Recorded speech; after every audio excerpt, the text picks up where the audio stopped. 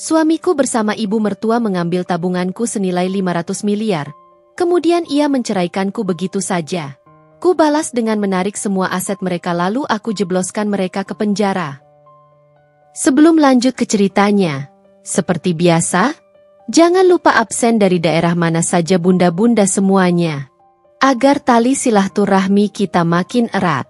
Yang sudah subscribe, semoga rezekinya makin lancar.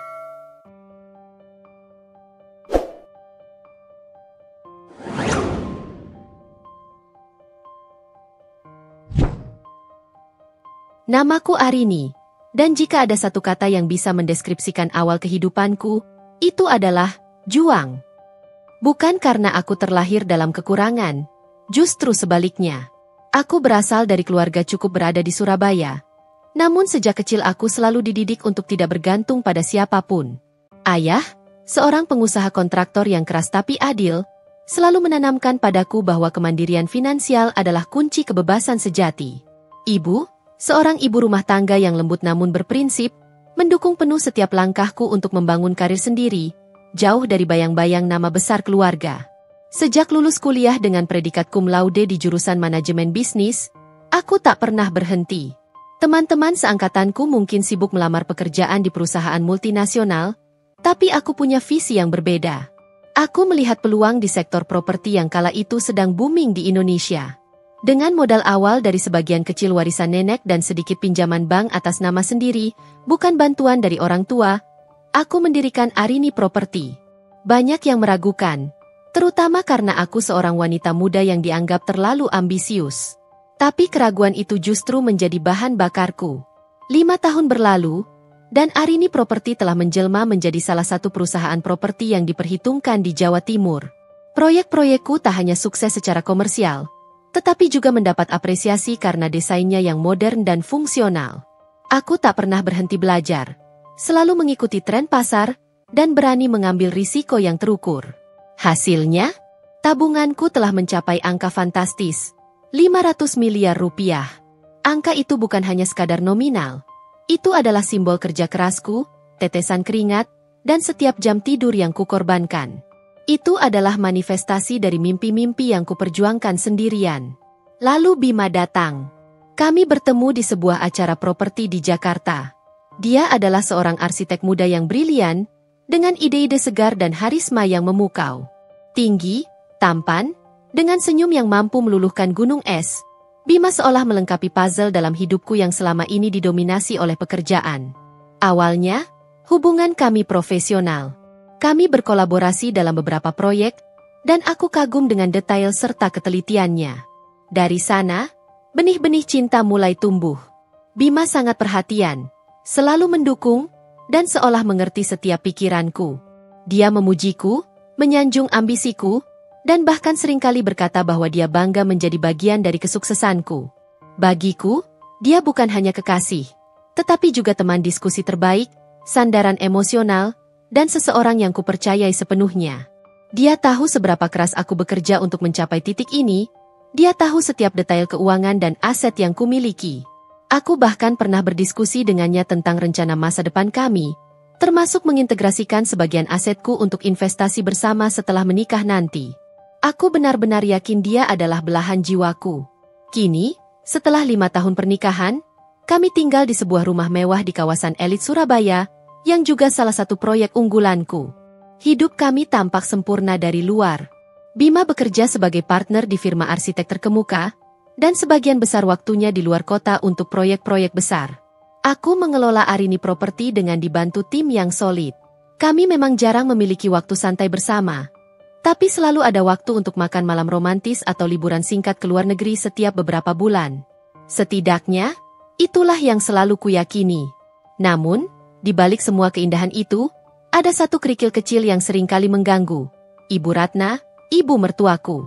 Sejak awal, beliau tak pernah sepenuhnya menyukaiku. Beliau berasal dari keluarga terpandang di Yogyakarta, sangat menjunjung tinggi tradisi dan status sosial.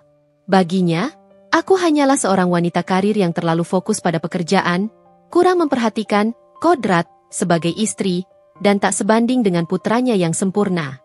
Setiap kali kami bertemu, Ada saja komentar pedas yang meluncur dari bibirnya, seringkali di hadapan Bima yang hanya bisa diam atau mencoba menengahi dengan canggung. Aku selalu berusaha sabar, mengabaikan, atau paling tidak, meminimalisir interaksi dengannya demi menjaga kedamaian rumah tangga. Aku tak pernah tahu bahwa kerikil kecil itu, seiring waktu, akan berubah menjadi bongkahan batu besar yang menghancurkan segalanya. Pernikahanku dengan Bima, 5 tahun silam, adalah hari di mana aku merasa semua kepingan hidupku akhirnya menyatu sempurna. Aku masih ingat dengan jelas aroma bunga sedap malam yang memenuhi udara di Villa Samudra, Bali, tempat kami mengikat janji suci. Mata Bima, yang saat itu memancarkan kebahagiaan dan cinta yang tulus, seolah menjadi cermin dari perasaanku sendiri. Kami saling mengucapkan janji setia, disaksikan oleh laut biru dan langit senja yang memerah. Bagiku, itu bukan hanya sekadar upacara. Itu adalah sebuah deklarasi, bahwa akhirnya aku menemukan rumah dan pelabuhan terakhir setelah bertahun-tahun fokus membangun mimpi-mimpi profesional. Setelah bulan madu singkat yang penuh kenangan indah, kami kembali ke Surabaya. Bima, dengan segala ambisi dan idealismenya, memilih untuk tidak langsung bergabung dengan Arini Property. Dia punya visinya sendiri, mendirikan sebuah firma arsitek independen yang berfokus pada desain berkelanjutan dan inovatif. Aku menghargai dan mendukung penuh keputusannya. Bagiku, hubungan yang sehat adalah ketika masing-masing pasangan bisa tumbuh dan berkembang, tanpa harus saling membayangi. Kami sama-sama punya karir yang mapan, dan itu adalah sesuatu yang kuanggap sebagai kekuatan kami. Terkait masalah keuangan, kami memiliki kesepakatan yang, pada waktu itu, terasa sangat logis dan menguntungkan. Aku, dengan Arini Property yang kala itu sedang berada di puncak kejayaannya dan memiliki omzet luar biasa, telah mengumpulkan kekayaan yang signifikan. Sebagian besar aset dan tabunganku, yang nilainya kini telah mencapai 500 miliar rupiah, kami putuskan untuk disatukan dalam satu rekening bank gabungan. Tujuan utamanya adalah untuk mempermudah pengelolaan, mengamankan investasi masa depan, dan tentu saja, untuk pembangunan keluarga kami. Ini semua untuk kita, sayang. Untuk masa depan anak-anak kita nanti, ucap Bima suatu malam. Suaranya lembut dan matanya menatapku penuh keyakinan. Malam itu, kami sedang duduk di ruang kerja, meninjau laporan keuangan bulanan yang dia rangkum. Dia dengan cekatan menjelaskan proyeksi investasi, potensi keuntungan, dan bagaimana aset-aset kami akan terus berkembang di bawah pengelolaan gabungan. Uangmu adalah uang kita. Kita akan membangun kerajaan ini bersama, Arini. Lanjutnya sambil menggenggam tanganku erat. Sentuhannya hangat, kata-katanya meyakinkan. Aku tak pernah meragukan sedikit pun niatnya. Dia bahkan sering mengambil inisiatif untuk mengurus detail perbankan, mentransfer dana antar rekening investasi, atau mengurus deposito. Sudah kubahas dengan bankir kita, Arini. Semuanya aman dan menguntungkan. Kamu fokus saja sama proyek-proyek Arini Property yang lagi banyak-banyaknya, katanya selalu. Dan aku, yang terlalu sibuk dengan rapat-rapat, kunjungan proyek, dan negosiasi, terlalu percaya pada suamiku, selalu mengangguk dan menyerahkan segalanya padanya. Aku mencintainya dengan tulus, dengan segenap hati yang kumiliki. Dan aku berusaha menjadi istri yang tidak hanya sukses dalam karir, tetapi juga yang bisa memberikan kehangatan dan kenyamanan di rumah. Setiap kali Bima pulang dari perjalanan bisnisnya yang seringkali memakan waktu berhari-hari, aku akan memastikan rumah bersih, masakan favoritnya tersaji di meja makan, dan suasananya hangat, penuh canda tawa. Kami sering menghabiskan malam dengan berbagi cerita tentang pekerjaan masing-masing, kadang tertawa terbahak-bahak, kadang hanya saling berbagi keluh kesah, atau sekadar menonton film sambil berpelukan di sofa.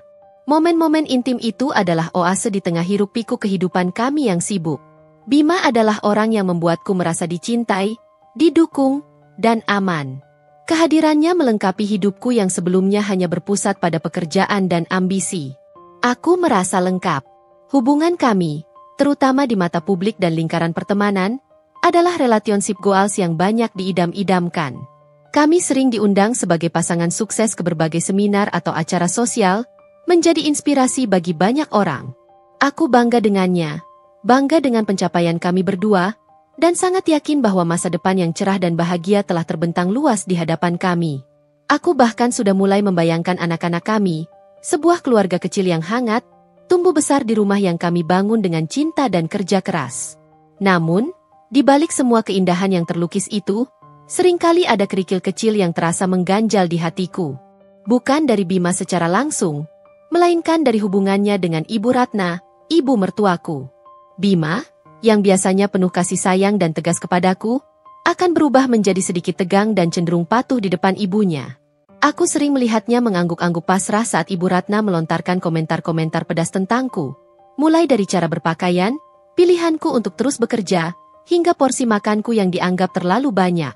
Beliau seringkali menyiratkan bahwa aku kurang memperhatikan kodrat sebagai istri yang seharusnya lebih banyak di rumah, dan bahwa aku tak sebanding dengan putranya yang sempurna, Bima. Aku selalu berusaha sabar, mengabaikan komentar-komentar itu, atau paling tidak, meminimalisir interaksi dengannya demi menjaga kedamaian rumah tangga kami. Aku selalu mencoba memahami, mungkin itu hanya bentuk penghormatan seorang anak pada ibunya, sebuah tradisi yang kuat di keluarga mereka. Aku tak pernah menduga bahwa kepatuhan itu, sikap Bima yang pasif di hadapan ibunya, sebenarnya adalah benang merah sebuah rencana jahat yang telah dirajut rapi di belakang punggungku. Sebuah rencana yang akan mengoyak semua mimpi indahku, dan mengubahnya menjadi mimpi buruk yang tak terbayangkan. Seiring berjalannya waktu, friksi dengan Ibu Ratna, ibu mertuaku, tidak kunjung mereda. Malah, kerikil kecil itu terasa semakin membesar dan menusuk. Aku tahu, hubungan antara menantu dan ibu mertua seringkali penuh tantangan. Namun dinamika antara aku dan Ibu Ratna terasa jauh lebih kompleks dan dingin. Beliau, seorang wanita parubaya dengan paras tegas dan aura kebangsawanan Jawa yang kental, selalu memancarkan kesan bahwa aku, Arini, dengan segala pencapaian dan kemandirianku, tidak pernah cukup baik untuk putranya yang dianggapnya sempurna, Bima. Meskipun kami tinggal di rumah yang terpisah dan terbilang jarang bertemu secara rutin, setiap kunjungan atau pertemuan keluarga selalu diwarnai oleh komentar-komentar terselubung atau sindiran-sindiran halus yang membuatku merasa kecil dan tidak dihargai. Arini, kamu ini pengusaha sukses, ya? Sibuk sekali kelihatannya sampai lupa bagaimana caranya menata rumah dan mengurus suami. Sindirnya suatu kali, dengan nada manis yang menusuk, saat kami makan malam keluarga besar di kediaman mereka. Ruangan seketika hening, hanya suara denting sendok yang sesekali terdengar. Bima, yang duduk di sampingku, hanya tersenyum tipis, mencoba mencairkan suasana dengan mengalihkan pembicaraan tentang proyek terbarunya, tapi tidak pernah secara langsung membelaku atau menegur ibunya. Aku hanya bisa membalas dengan senyum paksa, hati yang mencelos, dan berkata, "Maaf, Ibu. Saya sedang memperluas proyek baru yang sangat besar, jadi memang sedikit terbagi fokusnya." Bukan hanya masalah rumah tangga atau karir, Ibu Ratna juga sering mengomentari penampilanku. Arini, seorang istri itu harus bisa menjaga penampilan suaminya juga. Loh, Bima itu kan dari keluarga terpandang, masa istrinya begini-begini saja penampilannya? Ucapnya di lain kesempatan, dengan pandangan merendahkan dari ujung rambut sampai kakiku. Aku yang saat itu mengenakan setelan bisnis yang rapi dan profesional, lengkap dengan blazer dan sepatu heels, hanya bisa menelan ludah. Baginya, penampilanku yang sederhana, praktis, dan fungsional adalah bukti ketidakpedulianku terhadap diri sendiri dan suamiku. Dia selalu membandingkanku dengan menantu-menantu teman-temannya yang katanya lebih feminin, penurut, dan selalu tampil glamour saat menghadiri acara sosial. Aku mencoba memahami. Mungkin ini adalah perbedaan generasi yang cukup jauh, atau mungkin cara beliau menunjukkan kasih sayangnya yang keliru terhadap Bima. Aku selalu berusaha berpikir positif. Bima sendiri selalu meyakinkanku bahwa ibunya hanya begitu, karena ingin yang terbaik untuknya. Mama memang seperti itu. Arini, dia memang perfeksionis. Jangan terlalu diambil hati. Ya, dia sayang padaku, dan dia hanya ingin aku mendapatkan yang terbaik. Kamu yang terbaik, kok, sayang? Bisiknya suatu malam, sambil memelukku erat di tempat tidur. Kata-kata itu, meskipun menenangkan sesaat, tidak pernah benar-benar menghapus rasa ganjil di hatiku. Kenapa Bima tidak pernah membelaku secara tegas di depan ibunya? Kenapa dia selalu memilih diam saat ibunya melukai perasaanku terang-terangan? Pertanyaan itu seringkali muncul di benakku, tapi selalu kutepis dengan alasan cinta dan penghormatan terhadap orang tua. Seiring waktu berjalan, aku mulai melihat pola yang lebih mengkhawatirkan. Setiap kali ada keputusan besar terkait aset kami, terutama investasi yang dilakukan atas nama Bima atau yang membutuhkan tanda tanganku, Ibu Ratna akan selalu ada di sekitar Bima. Dia tidak pernah terlibat langsung dalam penandatanganan dokumen, tapi kehadirannya selalu terasa kuat. Dia akan menanyakan detail investasi, memberikan saran pada Bima dengan nada memerintah, dan bahkan kadang-kadang tampak mengawasi Bima secara intens saat dia berdiskusi denganku atau berbicara di telepon dengan penasihat keuangan kami. Aku mengira itu hanyalah rasa ingin tahu dan perhatian seorang ibu yang wajar terhadap kehidupan finansial anaknya. Aku tak pernah menduga bahwa itu adalah pengawasan yang sistematis dan terencana, bagian dari skema yang lebih besar. Ada satu kejadian spesifik yang kini terasa seperti lampu merah menyala yang telat kusadari. Suatu sore, aku pulang lebih awal dari kantor karena merasa tidak enak badan. Saat masuk ke ruang kerja Bima untuk mengambil tabletku yang tertinggal, aku menemukan beberapa dokumen perjanjian investasi yang tercecer di meja kerjanya yang biasanya rapi. Itu adalah akta-akta properti di luar Surabaya, di kota-kota kecil yang sedang berkembang, yang beberapa di antaranya atas nama Bima pribadi dan beberapa lagi atas nama Ibu Ratna. Padahal, yang ku tahu, semua investasi properti kami yang bernilai besar seharusnya tercatat atas nama bersama atau di bawah bendera Arini Properti untuk tujuan pajak dan legalitas. Ini investasi apa, sayang? Tanyaku pada Bima saat dia pulang. Aku mencoba menyembunyikan nada keraguanku. Oh, itu investasi kecil yang Mama sarankan. Arini, ada potensi keuntungan besar di sana. Loh, jangan khawatir. Itu bagian dari diversifikasi aset kita juga. Kok, biar tidak semua telurnya di satu keranjang. Nanti keuntungannya untuk masa depan kita juga. Jelas Bima santai, dengan senyum menenangkan yang biasa dia tampilkan setiap kali aku bertanya hal yang rumit. Dia bahkan menambahkan, Mama sendiri yang mengurus detailnya, jadi aku tidak perlu pusing. Percayalah, sayang, ini untuk kebaikan kita berdua. Aku merasa sedikit tidak nyaman, ada sesuatu yang terasa janggal, tetapi karena kepercayaanku yang begitu besar padanya, aku tidak mendalaminya lebih lanjut. Aku tahu kamu pasti punya alasan terbaik untuk semua ini, kataku, dan dia tersenyum, menganggapku sudah percaya penuh padanya. Namun, di balik senyum-senyum dan alasan logis itu, aku mulai merasakan hawa dingin yang perlahan merambat. Ada sesuatu yang tidak beres. Sikap Ibu Ratna yang semakin terang-terangan menunjukkan ketidaksukaannya kepadaku, ditambah dengan sikap Bima yang pasif dan cenderung patuh di depan ibunya. Dan kini, adanya investasi, rahasia, atas nama mereka di luar sepenuh pengetahuanku, menciptakan sebuah bayangan gelap yang perlahan menyelimuti kebahagiaanku. Bayangan itu belum cukup kuat untuk memicu alarm bahaya yang sesungguhnya di benakku, yang masih dipenuhi oleh keindahan pernikahan dan kesuksesan bisnis yang gemilang. Aku masih terlalu fokus pada mimpi indah yang telah kulukis, terlalu buta oleh cinta dan kepercayaan yang telah kuberi sepenuhnya pada Bima. Aku tidak tahu bahwa bayangan itu bukan sekadar bayangan. Itu adalah pertanda bencana yang akan datang, sebuah badai yang sebentar lagi akan menerjang dan menghancurkan seluruh duniaku, mengubahnya menjadi serpihan. Perubahan itu datang dengan sendirinya, begitu halus dan bertahap, layaknya tetesan air yang perlahan tapi pasti mampu mengikis batu karang. Bima, suamiku, yang dulu selalu punya cerita bersemangat tentang setiap proyek arsitekturnya, kini mulai menunjukkan sikap yang berbeda. Dulu, dia bisa menghabiskan waktu berjam-jam di telepon setiap malam dari lokasi proyeknya di luar kota, menceritakan detail-detail kecil yang lucu, tantangan desain yang ia hadapi, hingga rekan kerja yang konyol. Kini, panggilan telepon itu semakin jarang, durasinya semakin singkat, dan nadanya terasa hampa. Ketika aku bertanya mengapa, dia hanya akan menjawab singkat. Sibuk sekali, Arini. Sudah nggak sanggup mikir apa-apa lagi. Atau, lelah banget, sayang. Nggak ada yang menarik buat diceritain. Aku memahami kesibukannya. Aku sendiri juga seorang pengusaha. Aku tahu betul bagaimana bisnis properti dan arsitekturnya bisa menuntut dedikasi tinggi dan waktu yang tak kenal lelah. Tapi, di sisi lain, ada sesuatu yang mengganjal. Instingku, yang selama ini selalu tajam dan terbukti akurat dalam dunia bisnis, mulai merasakan anomali yang samar-samar. Bima yang kukenal adalah sosok yang sangat rapi, teratur, dan terorganisir dalam segala hal.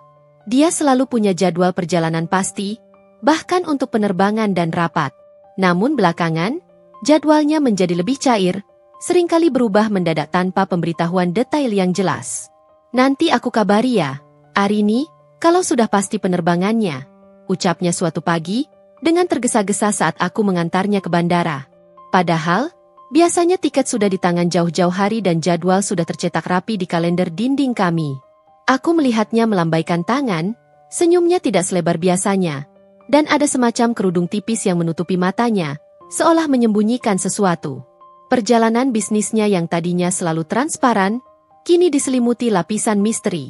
Dia seringkali pergi ke kota-kota yang tidak pernah kami bicarakan sebelumnya, atau ke tempat-tempat yang terasa terlalu jauh dan tidak biasa untuk proyek arsitektur biasa. Ketika aku bertanya lebih jauh, dia hanya menjawab singkat, "Ini proyek rahasia, Arini. Belum bisa diumumkan. Ada klien penting yang minta kerahasiaan penuh. Akan jadi kejutan besar kalau sudah selesai nanti." Aku, yang ingin selalu mendukung karirnya dan tak mau dianggap terlalu mengekang, menerima penjelasan itu meskipun hatiku tak sepenuhnya tenang. Yang lebih mengusik adalah perubahan pada ponselnya. Dulu, ponsel Bima seringkali tergeletak bebas di meja nakas kami, di sofa ruang tamu, atau bahkan di meja makan. Kadang aku melihat notifikasi pesan masuk dari grup-grup pekerjaan, dan dia tak keberatan sama sekali jika sesekali aku memegang ponselnya untuk mencari kontak penting, memutar musik, atau bahkan membalas pesan-pesan singkatnya saat dia sedang di kamar mandi. Tapi kini, ponselnya selalu terkunci dengan kata sandi baru, dan dia tidak pernah meninggalkannya begitu saja. Selalu ada di saku celana, atau diletakkan terbalik di meja saat dia duduk, seolah tak ingin layar notifikasinya terlihat. Pernah suatu kali aku mencoba meminjamnya untuk mencari nomor restoran di aplikasi delivery karena ponselku baterainya habis. Dia langsung dengan cepat mengambilnya dan berkata, "Biar aku saja yang carikan, sayang. Ponselku penuh notifikasi pekerjaan dan email klien, takut nanti malah mengganggu kalau kamu pegang." Nada bicaranya agak tegang, sedikit kaku. Aku hanya bisa mengangguk, mencoba menepis perasaan curiga yang mulai tumbuh, bersikeras pada diriku sendiri bahwa itu hanya paranoidku saja. Selain perubahan sikap dan kebiasaan ponsel, aku mulai memperhatikan pola pengeluaran yang tidak biasa dari rekening gabungan kami. Meskipun aku mendelegasikan sebagian besar urusan finansial padanya karena kepercayaanku yang penuh, aku selalu memantau ringkasan laporan bulanan yang dikirimkan bank. Ada beberapa transaksi dalam jumlah besar, puluhan miliar, yang tertera sebagai investasi properti di luar kota, dengan lokasi yang tidak jelas, nama proyek yang tak tercantum, atau nama vendor yang sama sekali tidak kukenal. Ketika aku bertanya pada Bima tentang transaksi-transaksi ini, dia akan selalu memberikan penjelasan yang terdengar logis dan meyakinkan, seringkali dengan senyum khasnya yang menenangkan. "Ini proyek yang Mama sarankan, Arini. Sangat potensial sekali. Jangan khawatir, bankir sudah cek semuanya dan jamin keamanannya," katanya dengan nada persuasif. "Atau, ini untuk pembelian tanah di Lombok, sayang. Lokasinya masih rahasia karena kalau bocor nanti harganya bisa melambung tinggi. Trust me." Aku begitu percaya pada kemampuannya mengelola uang dan investasi, dan keyakinanku pada masa depan yang cerah bersamanya membuatku mudah menerima alasan-alasan itu tanpa mendalaminya lebih lanjut. Malam-malam setelah Bima pergi, rumah terasa lebih sepi dari biasanya. Aku sering terbangun di tengah malam, memandangi sisi tempat tidur yang kosong di sampingku. Perasaan cemas yang tak beralasan mulai menghantuiku, merayap perlahan dari sudut hatiku. Apakah ini hanya kecemasanku sebagai seorang istri yang merindukan suaminya? Atau ada sesuatu yang memang disembunyikan dariku? Sesuatu yang lebih besar dari sekadar proyek rahasia? Aku mencoba sekuat tenaga mengusir pikiran-pikiran buruk itu.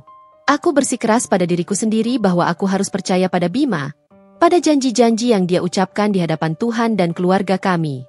Aku percaya pada cinta kami. Namun, di balik semua keyakinan dan upaya penepisanku, perlahan-lahan aku mulai merasakan bahwa Bima yang berada di sampingku kini bukanlah Bima yang dulu ku kenal sepenuhnya.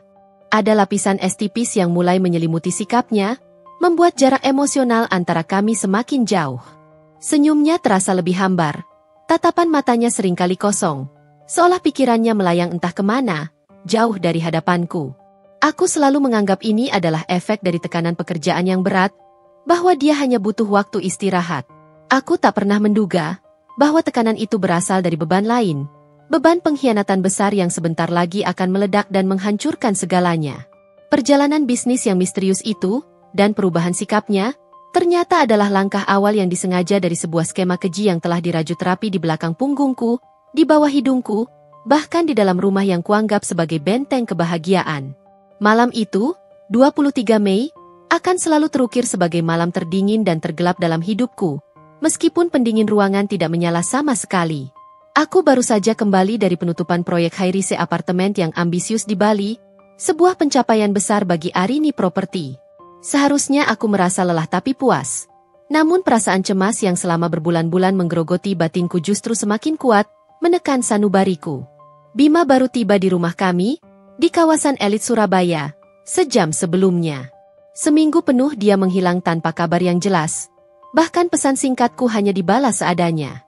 Dia tidak meneleponku dari bandara, seperti kebiasaannya. Aku baru tahu dia sudah pulang setelah sopir pribadiku memberitahu mobil Bima sudah terparkir rapi di garasi. Ketika aku melangkah masuk ke kamar tidur utama, jantungku berdegup tak karuan. Bima sedang duduk di tepi ranjang, membelakangiku. Punggungnya tampak kaku, tegang, seolah memikul beban berat yang tak terlihat. Udara di dalam kamar terasa berat, dingin, seolah membeku. "Bima, kamu sudah pulang?" sapaku lembut, mencoba tersenyum sehangat mungkin, meskipun hatiku terasa seperti digantung di ujung jurang. Dia tidak berbalik, hanya menghela napas panjang yang terdengar sangat berat dan putus asa. Aku mendekat perlahan, mencoba memeluknya dari belakang, mencari kehangatan yang dulu selalu ada di antara kami. Punggungnya dingin, menolak sentuhanku secara implisit. "Ada apa, sayang? Kamu capek sekali, ya? Proyekmu pasti sangat menuntut," tanyaku lagi, suaraku sedikit bergetar, mencoba mencari celah untuk masuk ke dalam pikirannya yang tertutup. Dia akhirnya berbalik. Ekspresi di wajahnya, aku tidak akan pernah melupakan ekspresi itu seumur hidupku.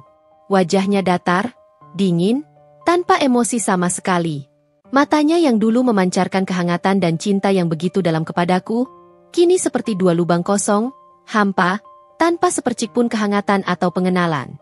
Jantungku seketika berdebar tak karuan, iramanya kacau balau. Ini bukan Bima yang ku kenal. Ini bukan Bima yang 5 tahun lalu mengucapkan janji suci di hadapan Tuhan, berjanji untuk selalu mendampingiku.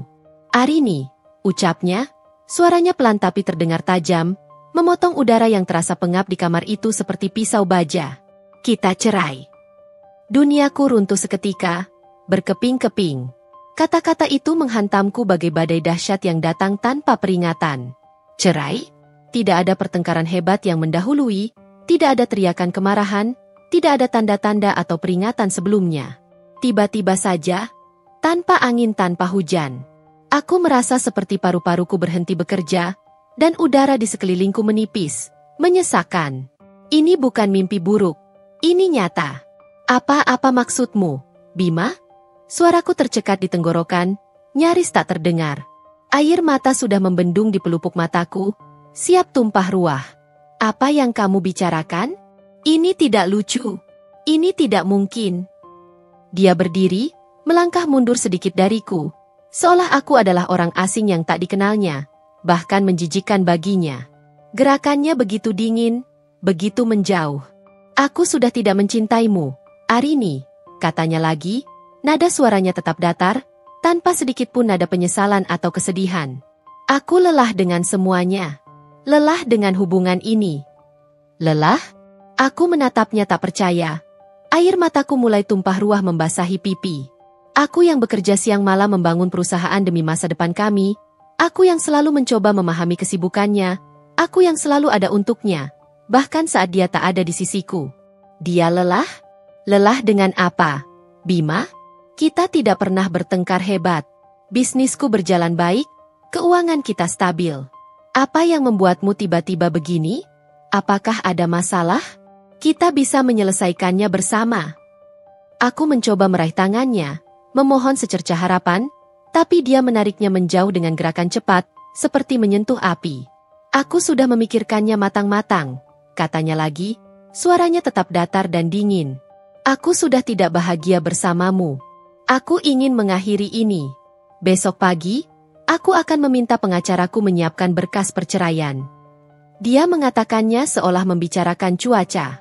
Aku merasakan darahku mendidih, berganti dengan rasa dingin yang menusuk. Kehilangan yang begitu tiba-tiba ini, tanpa alasan yang jelas, membuatku benar-benar hancur, marah, dan bingung luar biasa. Tapi kenapa? Kenapa tiba-tiba? Apakah ada orang lain? Bima? Katakan padaku, siapa dia? Dia menatapku dengan tatapan kosong, matanya tak memancarkan apa-apa. Tidak ada. Aku hanya ingin sendiri. Aku butuh kebebasan. Itu bohong. Aku tahu itu bohong. Bima bukan tipe orang yang ingin sendiri. Dia selalu suka keramaian. Selalu ingin ditemani. Dia butuh orang lain di sekitarnya. Pasti ada sesuatu, atau seseorang, di balik ini. Tapi raut wajahnya yang tanpa emosi itu membuatku tak bisa lagi memohon, bertanya, atau bahkan berteriak. Tubuhku terasa lemas, tak bertenaga. Kakiku tak mampu menopang bobotku sendiri. Aku terjatuh di lantai yang dingin. Air mata mengalir deras membasahi pipiku, bercampur dengan rasa asin dari bibirku yang gemetar. Rasa sakit itu tak tertahankan, menusuk hingga ke ulu hati. Lebih dari sekadar ditinggalkan, aku merasa dikhianati dengan cara yang paling kejam. Bima hanya menatapku sesaat, tanpa ada sedikit pun simpati atau empati di matanya yang dulu kukagumi. Lalu, dia berbalik, mengambil kunci mobilnya yang tergeletak di nakas, dan melangkah keluar dari kamar tanpa mengucapkan sepatah kata pun. Suara deru mesin mobilnya memecah kesunyian malam, menjauh dengan cepat, seolah ingin menghapus jejak keberadaannya dari hidupku. Dia meninggalkan aku sendirian di tengah puing-puing pernikahanku, di dalam rumah yang dulu kuanggap surga. Sepanjang malam itu, aku menangis tak henti-henti. Pikiranku kalut, berputar-putar mencari jawaban. Apa yang terjadi? Kenapa Bima tiba-tiba berubah begitu drastis? Mengapa semudah itu dia melepaskanku? Ada celah menganga di hatiku yang terasa kosong, dan di celah itu, benih kecurigaan mulai tumbuh dengan cepat, merambat bagai tanaman menjalar. Bukan hanya kecurigaan tentang adanya orang ketiga, tetapi kecurigaan yang jauh lebih dalam, tentang motif tersembunyi di balik perpisahan yang begitu tiba-tiba dan tanpa perasaan ini. Perasaan ganjil yang kurasakan selama ini, kebiasaan Bima yang berubah, ponsel yang selalu terkunci, dan bayangan Ibu Ratna yang selalu ada di setiap keputusan keuangan, kini mulai tersambung dalam sebuah pola yang mengerikan, sebuah skema yang baru kusadari. Malam itu, bukan hanya pernikahanku yang hancur. Malam itu, kepercayaanku hancur berkeping-keping, tak bersisa. Dan aku tahu, ini bukan hanya sekadar perceraian biasa. Ada sesuatu yang jauh lebih besar dan lebih busuk di balik pukulan di tengah malam itu. Pagi itu, aku terbangun dengan kepala yang terasa dihantam godam dan mata yang bengkak serta perih. Sisa semalaman menangis tanpa henti. Pemandangan kamar yang berantakan, bekas-bekas air mata yang mengering di bantal, dan sisi tempat tidur Bima yang kosong. Semuanya terasa seperti adegan dari mimpi buruk paling mengerikan yang enggan usai. Kata-kata, kita cerai, masih terngiang-ngiang di telingaku. Setiap suku katanya menghantam keras, menghancurkan sisa-sisa harapan yang masih ada. Setelah semalam suntuk meratapi nasib dan mati-matian berusaha memahami apa yang sebenarnya terjadi, pikiran logisku sebagai seorang pebisnis mulai mengambil alih. Arini yang seorang pebisnis ulung, yang selalu berpikir strategis dan analitis, tidak bisa hanya diam dan menangisi takdir yang tiba-tiba ini. Ada sesuatu yang sangat tidak beres. Perpisahan ini terlalu tiba-tiba, terlalu dingin, dan terlalu tidak beralasan. Aku bangkit dari tempat tidur, tubuhku terasa kaku dan lemas. Namun ada dorongan kuat yang menarikku menuju ruang kerja Bima. Segalanya tampak normal di sana. Laptopnya tertutup rapi, dokumen-dokumen tersusun di meja, seolah tak ada yang berubah. Namun, ada satu hal yang terus mengusik pikiranku. Sebuah pikiran yang muncul tiba-tiba dengan kekuatan yang menakutkan, tabunganku. Tabungan hasil kerja keras Arini Properti selama bertahun-tahun, yang kupercayakan sepenuhnya pada Bima untuk dikelola dalam rekening gabungan kami, demi masa depan bersama. Jika dia sudah tidak mencintaiku dan ingin bercerai, apa yang akan terjadi dengan aset sebesar itu? Apakah dia akan mengembalikannya? Apakah dia akan membagi dua? Pertanyaan-pertanyaan itu berpacu di benakku, memicu detak jantung yang semakin cepat. Dengan tangan gemetar, aku menyalakan komputer desktop di meja kerjanya dan membuka situs perbankan daring. Aku memasukkan user ID dan password rekening gabungan kami. Aku mengingatnya dengan jelas. Karena awalnya aku yang mengaturnya sebelum menyerahkan sebagian besar operasional finansial kepadanya, murni karena kepercayaan penuhku. Jantungku berdebar kencang. Suaranya seolah memenuhi seluruh ruangan, saat halaman utama rekening terbuka di layar monitor. Mataku menyapu layar, mencari deretan angka saldo akhir yang familiar. Dan disitulah, kengerian itu muncul, membekukan darah di seluruh nadiku. Aku menggosok mataku keras-keras, berpikir mungkin aku salah lihat. Mungkin ada kesalahan sistem, atau aku belum login dengan benar. Aku memicingkan mata, mendekatkan wajah ke layar, memastikan setiap digit. Aku tidak salah lihat. Angka yang seharusnya berjajar panjang dengan deretan nol, yang mewakili 500 miliar rupiah, kini hanya menunjukkan saldo yang nyaris kosong. Hanya tersisa beberapa juta rupiah, bahkan tidak cukup untuk menutupi biaya operasional bulanan Arini Properti yang sedang berjalan. 500 miliar rupiah lenyap, tak bersisa. Menguap begitu saja. Napas saya tercekat, rasanya seperti ada tangan tak terlihat yang mencekik leherku. Bukan hanya sekadar kaget. Ini adalah kejutan yang melumpuhkan, sebuah pukulan telak yang membuatku limbung. Seluruh kerja kerasku, darah, keringat, dan air mataku selama bertahun-tahun membangun Arini Properti dari nol. Lenyap dalam semalam? Ini tidak mungkin. Mustel. Aku memeriksa ulang riwayat transaksi dengan detail yang teliti. Scroll ke bawah, terus ke bawah, mencari setiap penjelasan, setiap jejak. Ada puluhan, bahkan ratusan transaksi keluar dalam jumlah yang sangat besar, puluhan miliar, dilakukan dalam beberapa bulan terakhir. Semua transaksi tersebut berlabel, transfer ke rekening lain, atau investasi luar kota. Dengan nama penerima transfer yang tidak tercantum jelas di ringkasan, hanya kode-kode aneh atau nama perusahaan investasi yang sama sekali tidak familiar di telingaku. Beberapa transaksi bahkan terjadi saat Bima sedang dalam perjalanan, bisnis rahasia-nya. Tanganku mulai bergetar hebat, tak terkendali. Kedinginan menjalar dari ujung jari hingga ke inti tulangku, seolah seluruh energiku terkuras habis. Ini bukan hanya sekadar perceraian. Ini adalah perampokan. Pengkhianatan yang jauh lebih besar dan keji daripada sekadar perselingkuhan atau ketidakcocokan dalam hubungan. Aku segera teringat semua hal yang ganjil sebelumnya. Perjalanan bisnis Bima yang semakin misterius, ponselnya yang selalu terkunci rapat seolah menyimpan rahasia besar, transaksi-transaksi aneh yang pernah kutanyakan padanya dan selalu dijawab dengan alasan menenangkan, dan yang paling mencolok, kehadiran Ibu Ratna yang selalu ada di setiap keputusan keuangan Bima, seolah mengawasi dan mengarahkan. Apakah ini ulah mereka? Apakah Bima, suamiku, dan Ibu Ratna, ibu mertuaku, telah bersekongkol untuk mengambil semua tabunganku, hasil jerih payahku? Pertanyaan itu membakar otakku, mengubah rasa sakit hatiku menjadi kobaran amarah yang membara. Mereka tidak hanya menceraikanku, mereka menjarahku. Mereka mengambil fondasi kehidupanku, hasil jerih payahku, semua masa depan yang telah kubangun, lalu membuangku begitu saja seolah aku tak berarti apa-apa. Aku mencetak semua riwayat transaksi yang bisa kudapatkan, printer di sudut ruangan berderit saat mengeluarkan lembaran-lembaran bukti itu. Tanganku gemetar menahan amarah yang membuncah, nafasku memburu. Dokumen-dokumen itu terasa panas di tanganku.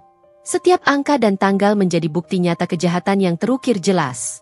Air mata amarah mulai mengalir deras, bukan lagi air mata kesedihan. Mataku kini melihat dengan sangat jelas.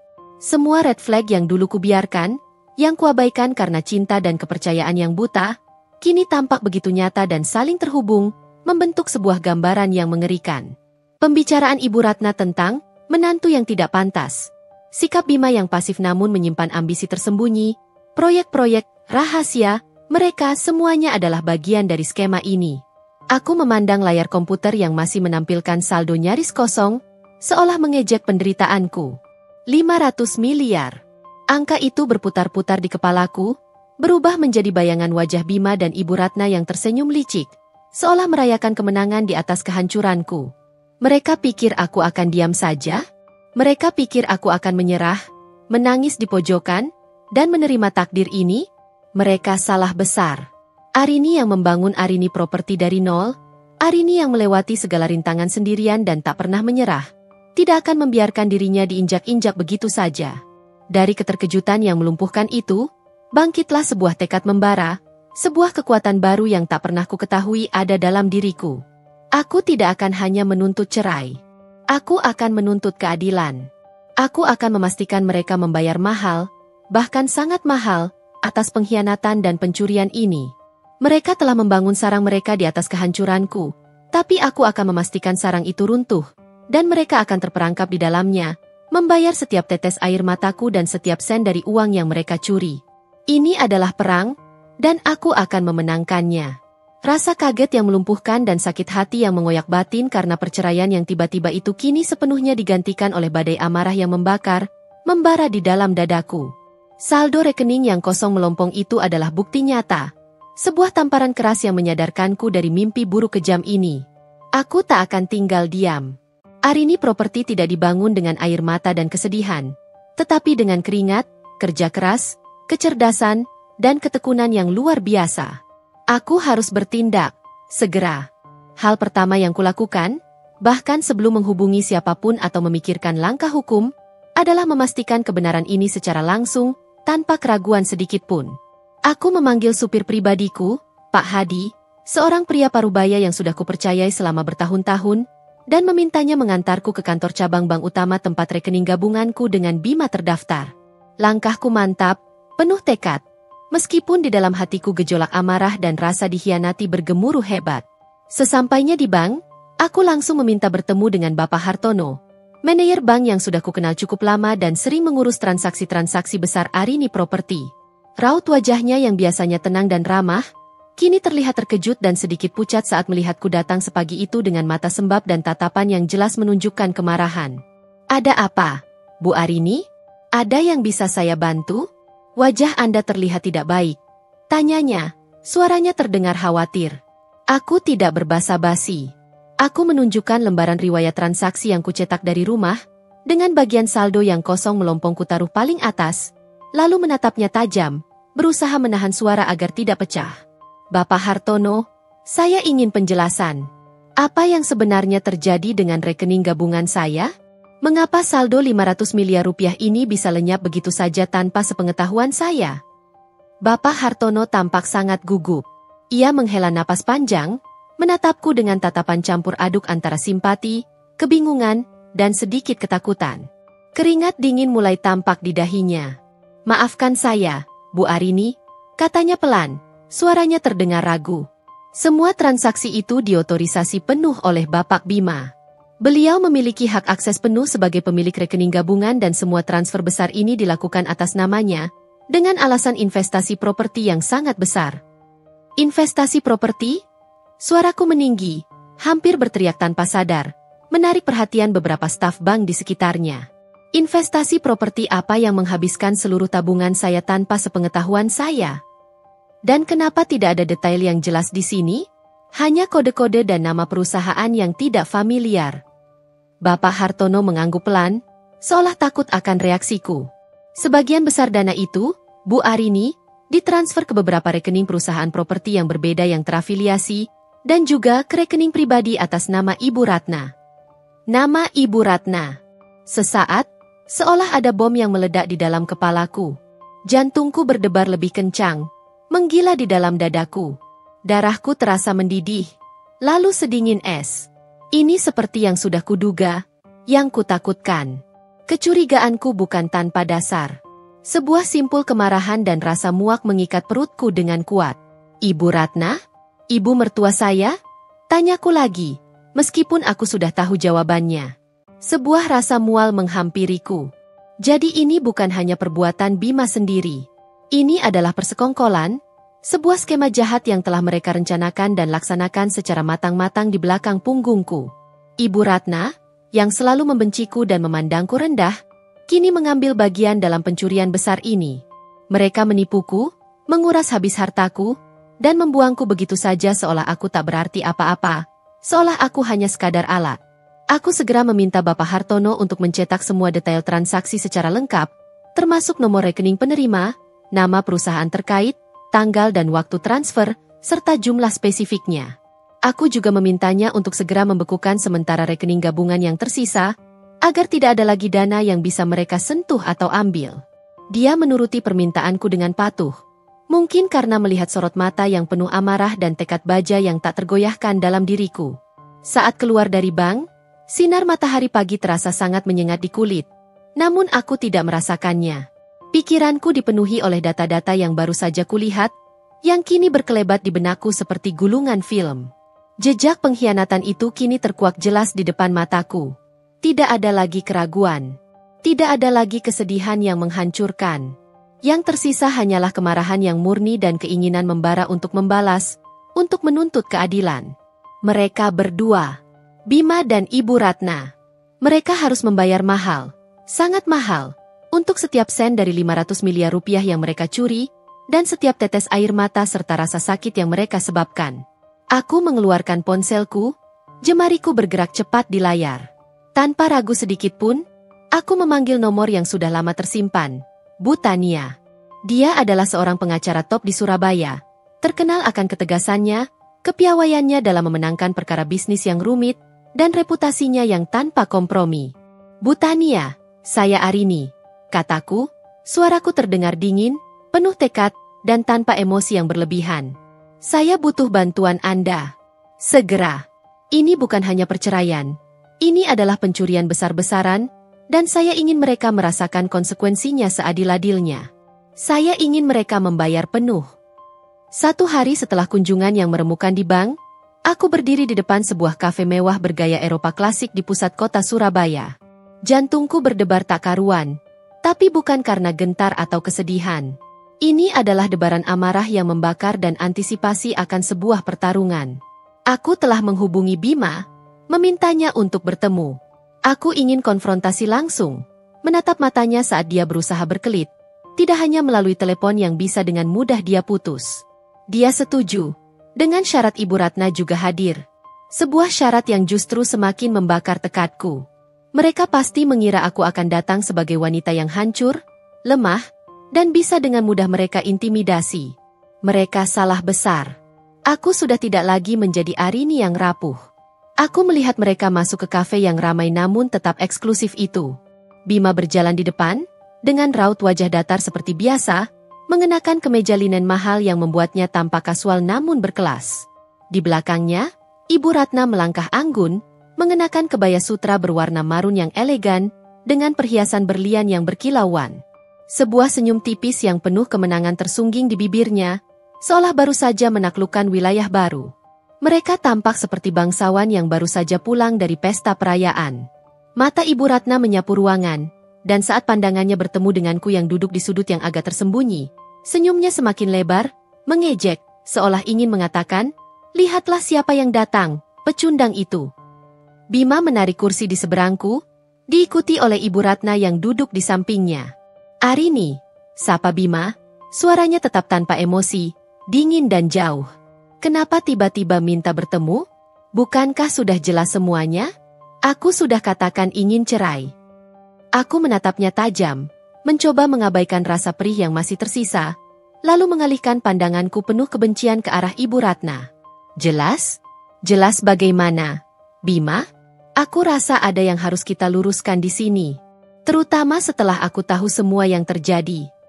Aku mengeluarkan lembaran riwayat transaksi bank yang sudah kucetak, yang sudah kupegang erat-erat sejak di dalam mobil, dan meletakkannya di meja, menggebraknya pelan namun tegas. Aku menunjuk pada angka 500 miliar rupiah yang lenyap di kolom saldo. "Di mana uang itu, Bima? Di mana semua hasil kerja kerasku selama bertahun-tahun? Hasil kerja keras Arini Properti yang kalian manfaatkan?" Wajah Bima sedikit berubah. Ada kilatan panik yang samar di matanya, secepat kilat. Tapi ia segera menyembunyikannya di balik topeng ketenangan palsu. Ibu Ratna, di sisi lain, langsung tertawa kecil. Suara tawanya terdengar sumbang dan merendahkan. "Oh, itu? Bima sudah jelaskan padamu, bukan? Itu untuk investasi. Uang itu sekarang aman, Arini. Jangan khawatir. Itu masa depan Bima, masa depan putraku." Kata-kata "putraku" ditekankan, seolah ingin memberitahuku bahwa aku tidak punya hak apa-apa. "Masa depan putra Anda?" Suaraku meninggi, tidak peduli dengan beberapa pengunjung kafe yang mulai menoleh ke arah meja kami. "Itu uangku, Ibu Ratna. Uang dari Arini Properti yang kubangun dari nol, dari keringatku sendiri. Bukan warisan siapapun, bukan sedekah. Dan kalian bersekongkol untuk mengambilnya lalu menceraikanku begitu saja seolah aku tak punya harga diri? Kalian pikir aku bodoh? Atau kalian pikir aku akan diam saja?" Bima akhirnya membuka suara, dengan nada yang mencoba terdengar tenang dan merendahkan. Arini, jangan berlebihan. Itu kan rekening gabungan. Aku juga punya hak atas uang itu. Lagi pula, Mama hanya memberiku saran investasi yang bagus. Kamu terlalu sibuk dengan bisnismu sampai tidak mengurus keuangan keluarga dengan baik. Seharusnya kamu bersyukur, uangmu jadi terurus dengan baik sekarang. Mengurus keuangan dengan baik? Aku tak percaya dengan apa yang kudengar. Lidahku keluh, napasku memburu. Aku mendelegasikan semua urusan finansial padamu karena aku percaya padamu, Bima. Aku menaruh seluruh kepercayaanku, seluruh hidupku padamu. Dan kamu menusukku dari belakang seperti ini? Kalian berdua. Aku menunjuk Ibu Ratna dengan jari telunjukku yang gemetar. Anda, Ibu Ratna, yang selalu membenci saya. Sekarang Anda bersekongkol dengan putra Anda untuk merampok saya? Apa untungnya bagi Anda selain melihat saya menderita? Ibu Ratna mendadak mengubah ekspresinya menjadi dingin, tajam, dan penuh kebencian yang terang-terangan.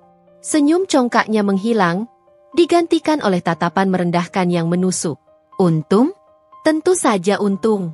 Sangat untung untuk masa depan Bima. Kamu pikir kamu siapa? Arini? Wanita sombong yang sibuk kerja sampai lupa kodrat sebagai istri. Kamu tidak pantas untuk putraku. Bima pantas mendapatkan yang lebih baik, yang bisa mengurusnya, bukan hanya uangmu. Uangmu itu memang seharusnya untuk Bima. Dia putraku. Daripada jatuh ke tangan wanita seperti kamu, lebih baik aku yang mengurusnya. Kata-kata Ibu Ratna adalah pemicu terakhir. Semua kekesalan, rasa sakit, rasa muak, dan amarah yang kupendam selama ini meledak tak tertahankan. Jadi ini rencana kalian sejak awal, begitu? Kalian mendekatiku, memanfaatkan kerja kerasku, pura-pura mencintaiku, lalu mengambil semua hartaku, dan membuangku seperti sampah. Setelah semua yang kulakukan, aku memukul meja dengan kepalan tangan, membuat cangkir kopi di depanku bergetar dan sedikit tumpah. Kalian pikir kalian bisa lolos begitu saja? Dengan begitu mudahnya? Tidak akan. Ini bukan akhir dari segalanya. Bima, Ibu Ratna, ini baru permulaan dari neraka kalian. Bima dan Ibu Ratna saling pandang, ada sedikit kecemasan dan ketidaknyamanan yang samar di mata mereka. Tapi dengan cepat mereka menyembunyikannya di balik raut wajah congkak dan percaya diri yang sudah mereka pasang. Arini, jangan membuat masalah. Jangan bertindak bodoh. Ancam Bima, mencoba menunjukkan kekuatannya. Kalau kamu mencoba melaporkan atau menggugat, kami akan balik menuntutmu dengan pencemaran nama baik, atau membuat kasus yang lebih besar. Jangan lupa, aku punya koneksi dan pengacara yang lebih handal dari dirimu.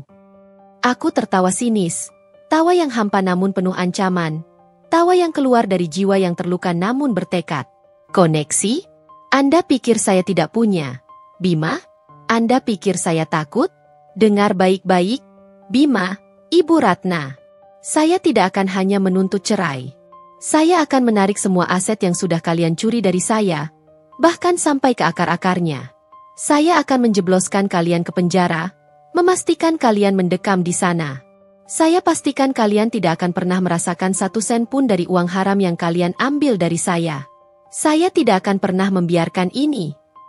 Aku bangkit dari kursi, melangkah mundur perlahan, dan menatap mereka berdua dengan tatapan dingin yang tak pernah kukira bisa kumiliki. Mataku, yang dulu penuh cinta, kini memancarkan api dendam. Kalian sudah salah orang. Kalian akan menyesal seumur hidup telah bermain-main dengan Arini. Ini bukan sekadar perceraian atau uang. Ini tentang harga diri.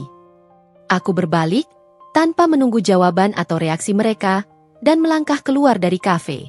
Di balik pintu kaca, aku menghirup napas dalam-dalam, memenuhi paru-paruku dengan udara bebas yang dingin. Konfrontasi ini, meski penuh amarah dan rasa sakit, memberiku kejelasan yang sempurna. Musuhku sudah teridentifikasi, motif mereka terang benderang. Sekarang, saatnya bertindak. Saatnya melancarkan serangan balasan. Setelah konfrontasi yang membakar di kafe, aku tidak langsung pulang ke rumah yang kini terasa hampa. Aku menyuruh Pak Hadi, sopir setia yang sudah seperti keluarga bagiku, mengantarku ke kantor pusat Arini Property. Aku butuh tempat di mana aku bisa berpikir jernih, di mana setiap sudutnya mengingatkanku pada kerja keras, perjuangan, dan setiap pencapaianku. Ruangan kerjaku yang modern dan minimalis, dengan dinding kaca besar menampilkan pemandangan kota Surabaya yang gemerlap dari lantai atas gedung, selalu menjadi saksi bisu setiap perjuangan, inovasi, dan kemenangan kecilku. Aroma kopi pekat yang selalu tersedia di meja kerjaku, kini terasa menenangkan, membantu menajamkan fokus.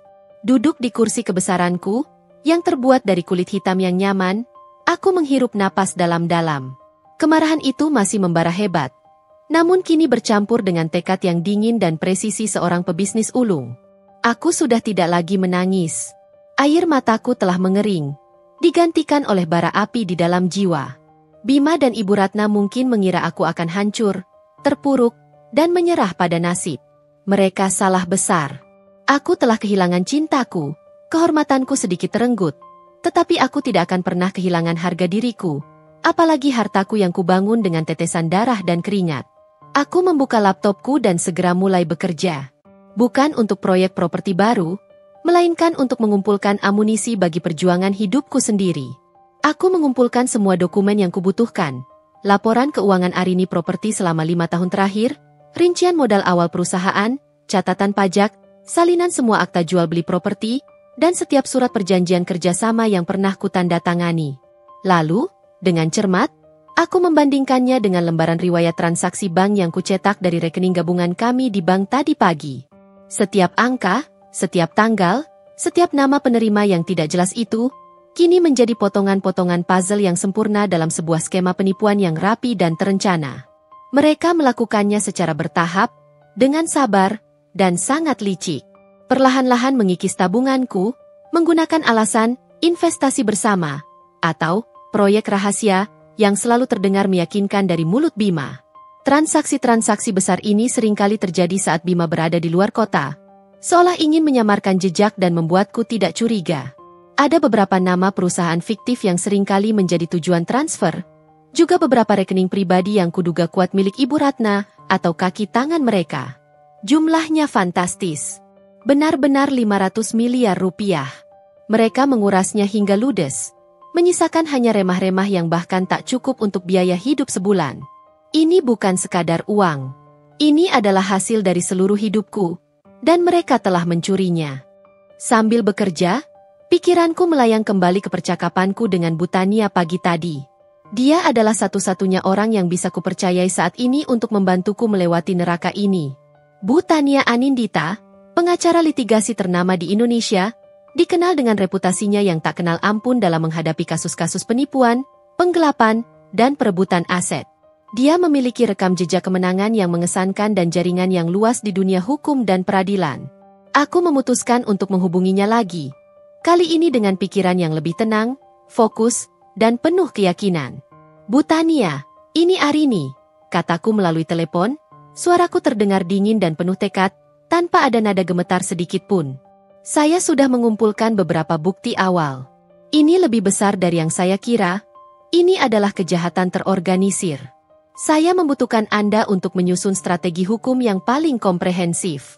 Saya ingin mereka tidak hanya mengembalikan uang saya, tetapi juga mendapatkan konsekuensi hukum yang setimpal. Saya ingin mereka dipenjara. Butania mendengarkan dengan saksama. Suaranya tenang dan profesional. Aku bisa merasakan dia mencatat setiap perkataanku. Baik, Arini. Saya mengerti sepenuhnya. Kasus ini memerlukan pendekatan ganda yang agresif. Gugatan perdata untuk pembagian harta Gonogini dan pengembalian dana yang telah mereka curi, serta laporan pidana untuk dugaan penipuan dan penggelapan. Kita akan bergerak cepat, bahkan hari ini juga. Bisakah Anda datang ke kantor saya besok pagi tepat pukul 8, dengan semua dokumen yang Anda miliki, termasuk catatan pribadi jika ada? Tentu, Butania. Saya akan datang. Saya akan menyiapkan semuanya. Jawabku mantap. Tekadku semakin membaja. Aku tidak akan lagi menjadi korban. Malam itu, aku tidak tidur barang semenit pun. Aku melanjutkan pekerjaanku, menggali setiap detail yang bisa kutemukan. Aku membuka kembali arsip-arsip lama Arini Properti, mencari tahu apakah ada proyek fiktif atau kontrak bayangan yang dibuat oleh Bima dengan menggunakan namaku, atau apakah ada nama-nama perusahaan yang mencurigakan yang tertera dalam laporan keuanganku. Aku juga mencoba mencari tahu latar belakang perusahaan-perusahaan yang menjadi tujuan transfer dana, mencari nama-nama direktur atau pemiliknya. Semakin dalam aku menggali, semakin jelas gambaran tentang skema busuk ini. Ini bukan pekerjaan amatir. Ini adalah kejahatan yang terencana dengan baik, yang telah mereka persiapkan jauh-jauh hari, mungkin bahkan sebelum kami menikah. Rasa lelah fisikku tidak sebanding dengan kekuatan mental yang kini kumiliki. Api dendam itu bukan dendam buta yang merusak diri, melainkan dendam yang rasional dan terarah, telah membakar habis semua kesedihan dan keraguan. Aku bukan lagi wanita yang rapuh dan hancur karena dicampakkan dan dirampok. Aku adalah Arini, seorang pebisnis yang tangguh, yang tidak akan membiarkan siapapun merampas apa yang menjadi haknya, apalagi dengan cara serendah ini. Bima dan Ibu Ratna akan segera tahu bahwa mereka telah membuat kesalahan terbesar dalam hidup mereka, sebuah kesalahan yang akan membawa mereka pada kehancuran. Ini adalah permulaan perang yang sesungguhnya. Pagi berikutnya, aku tiba di kantor Butania Anindita tepat pukul 8, bahkan 15 menit lebih awal dari janji temu. Dengan 2 tas jinjing besar yang penuh sesak berisi dokumen, aku melangkah masuk ke lobi yang elegan. Ruangan kantornya terasa profesional sekaligus menenangkan, dengan dinding abu-abu gelap, meja kayu mahoni yang besar dan berkilau, serta rak buku tinggi yang berisi ribuan koleksi buku hukum berjejer rapi hingga ke langit-langit. Aroma kopi segar yang kuat memenuhi ruangan, sebuah kontras yang menenangkan dibandingkan aroma pengkhianatan yang masih melekat di benakku.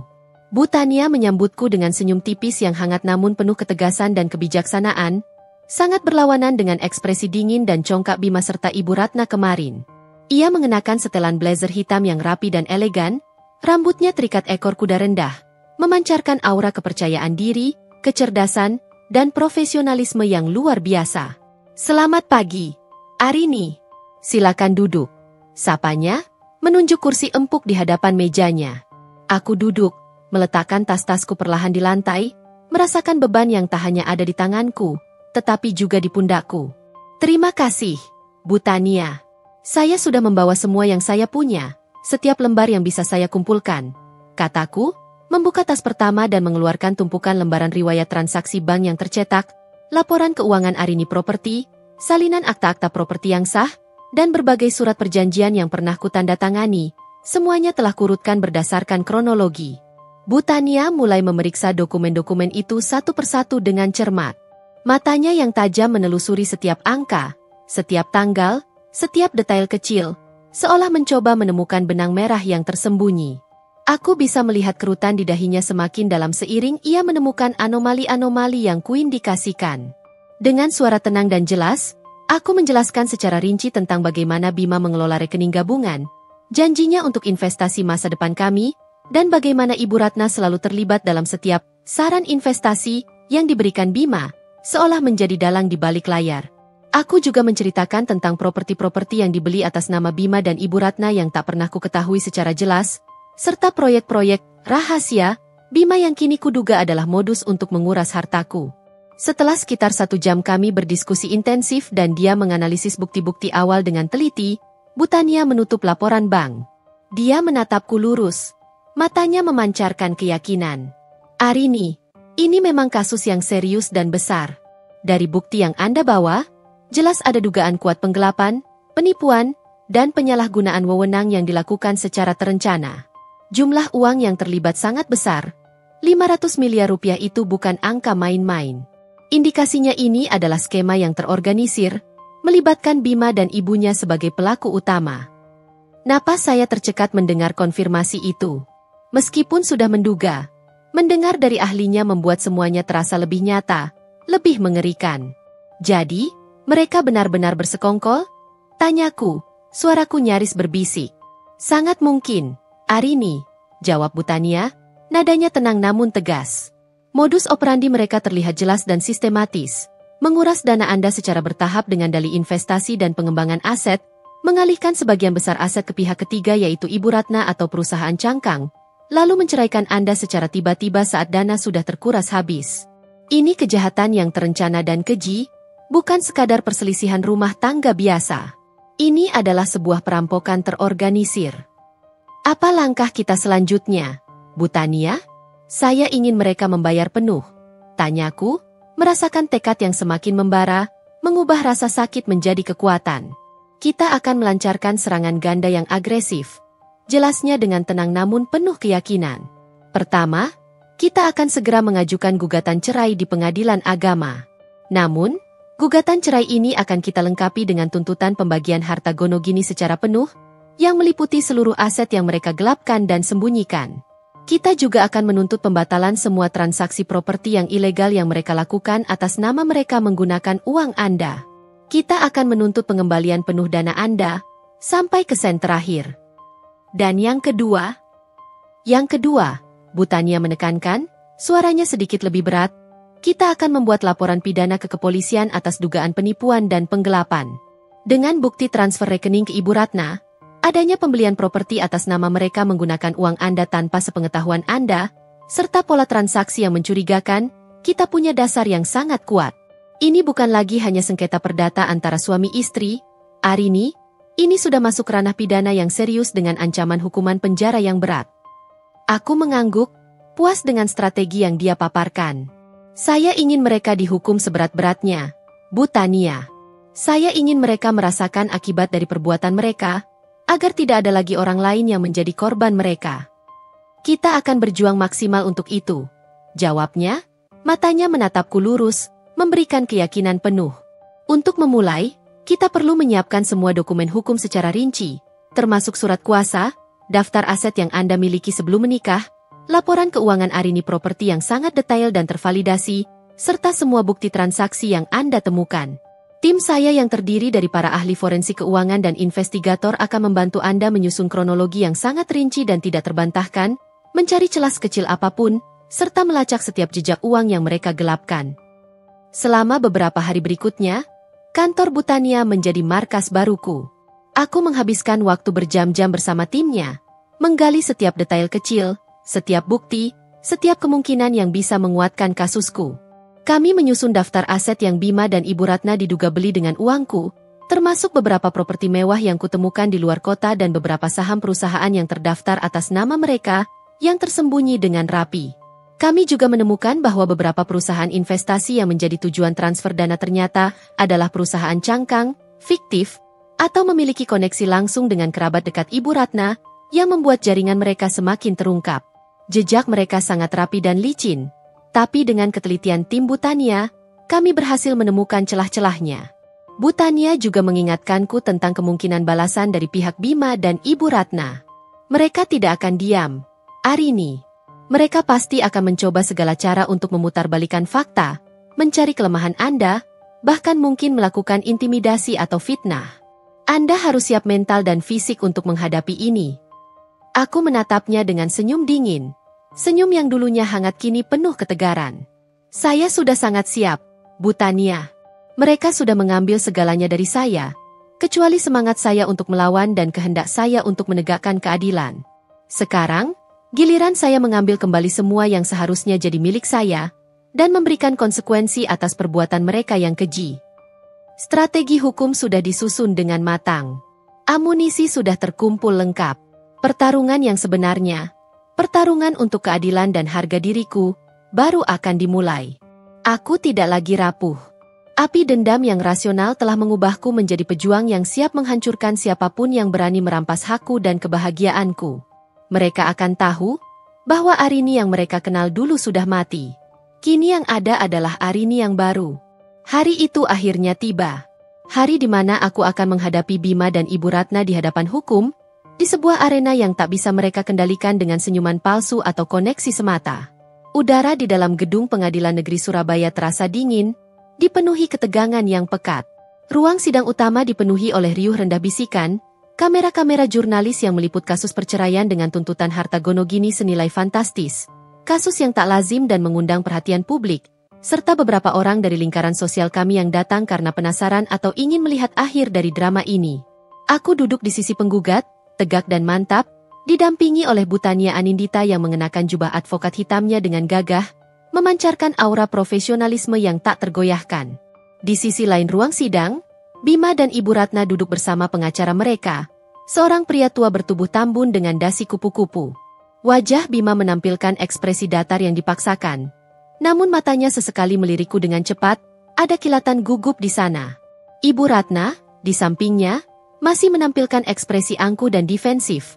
Bahkan sesekali melemparkan tatapan merendahkan dan mengejek ke arahku, seolah aku adalah musuh yang tak berharga. Sidang dimulai. Hakim Ketua, seorang wanita parubaya dengan sorot mata tajam dan berwibawa, membuka sesi dengan mengetuk palu. Suara ketukan itu menggema di ruangan, menciptakan keheningan yang mencekam. Bu Tania lantas berdiri untuk menyampaikan gugatan kami. Suaranya jelas, lugas, dan penuh keyakinan, memenuhi seluruh ruang sidang.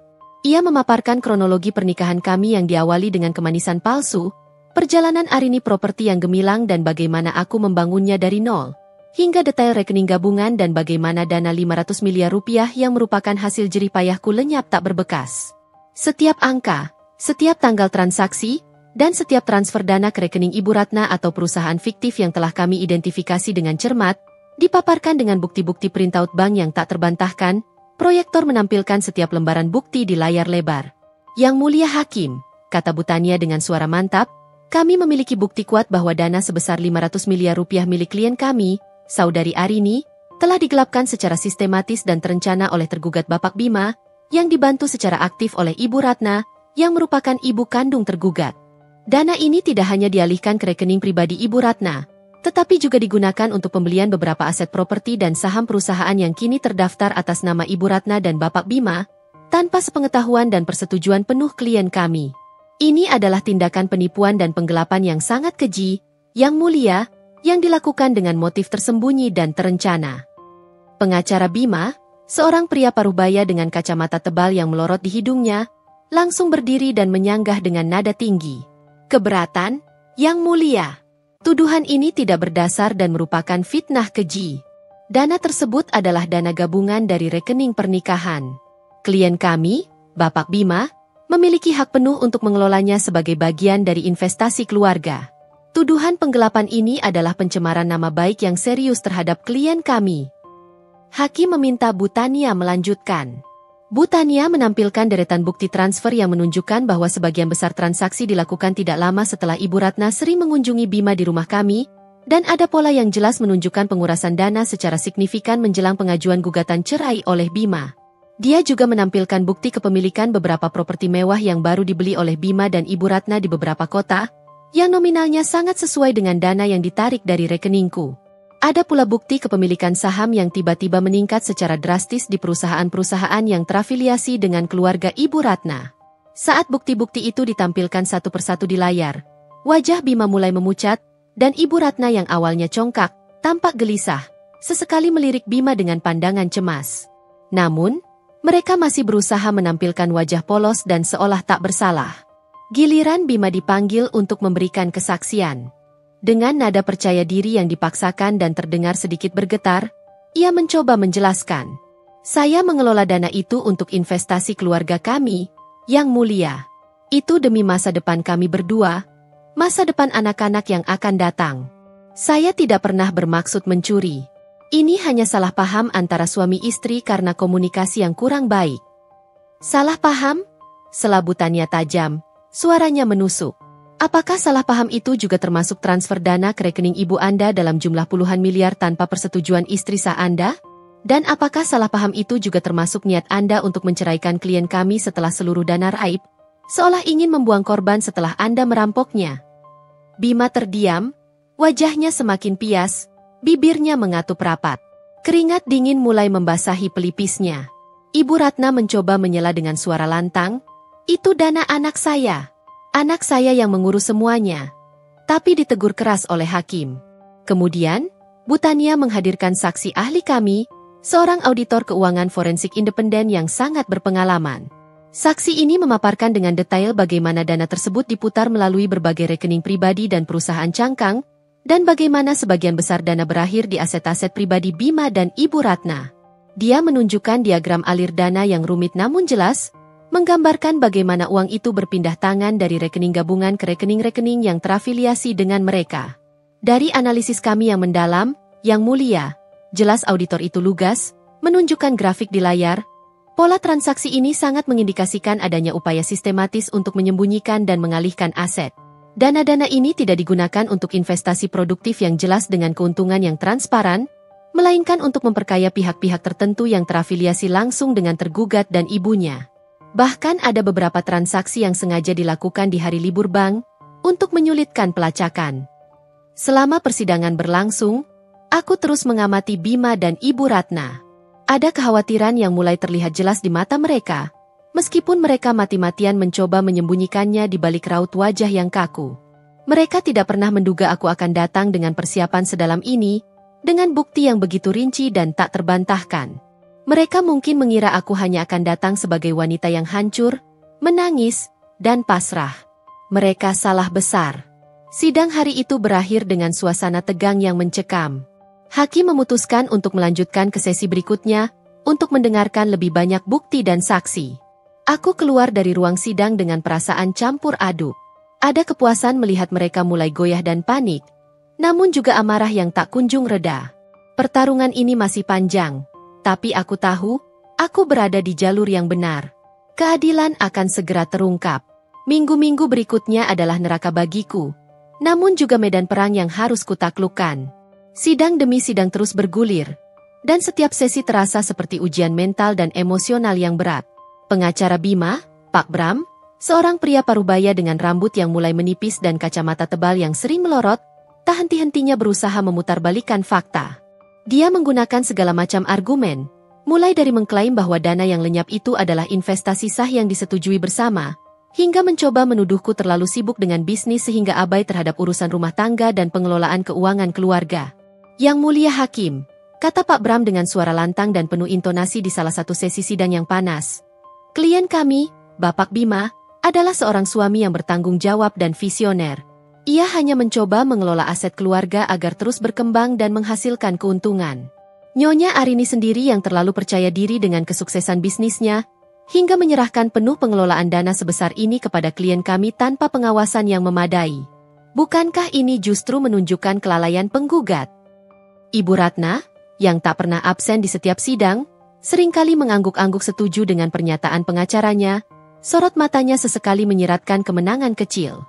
Sesekali, ia bahkan melontarkan senyuman sinis kepadaku, seolah ingin membuatku goyah atau terpancing emosi.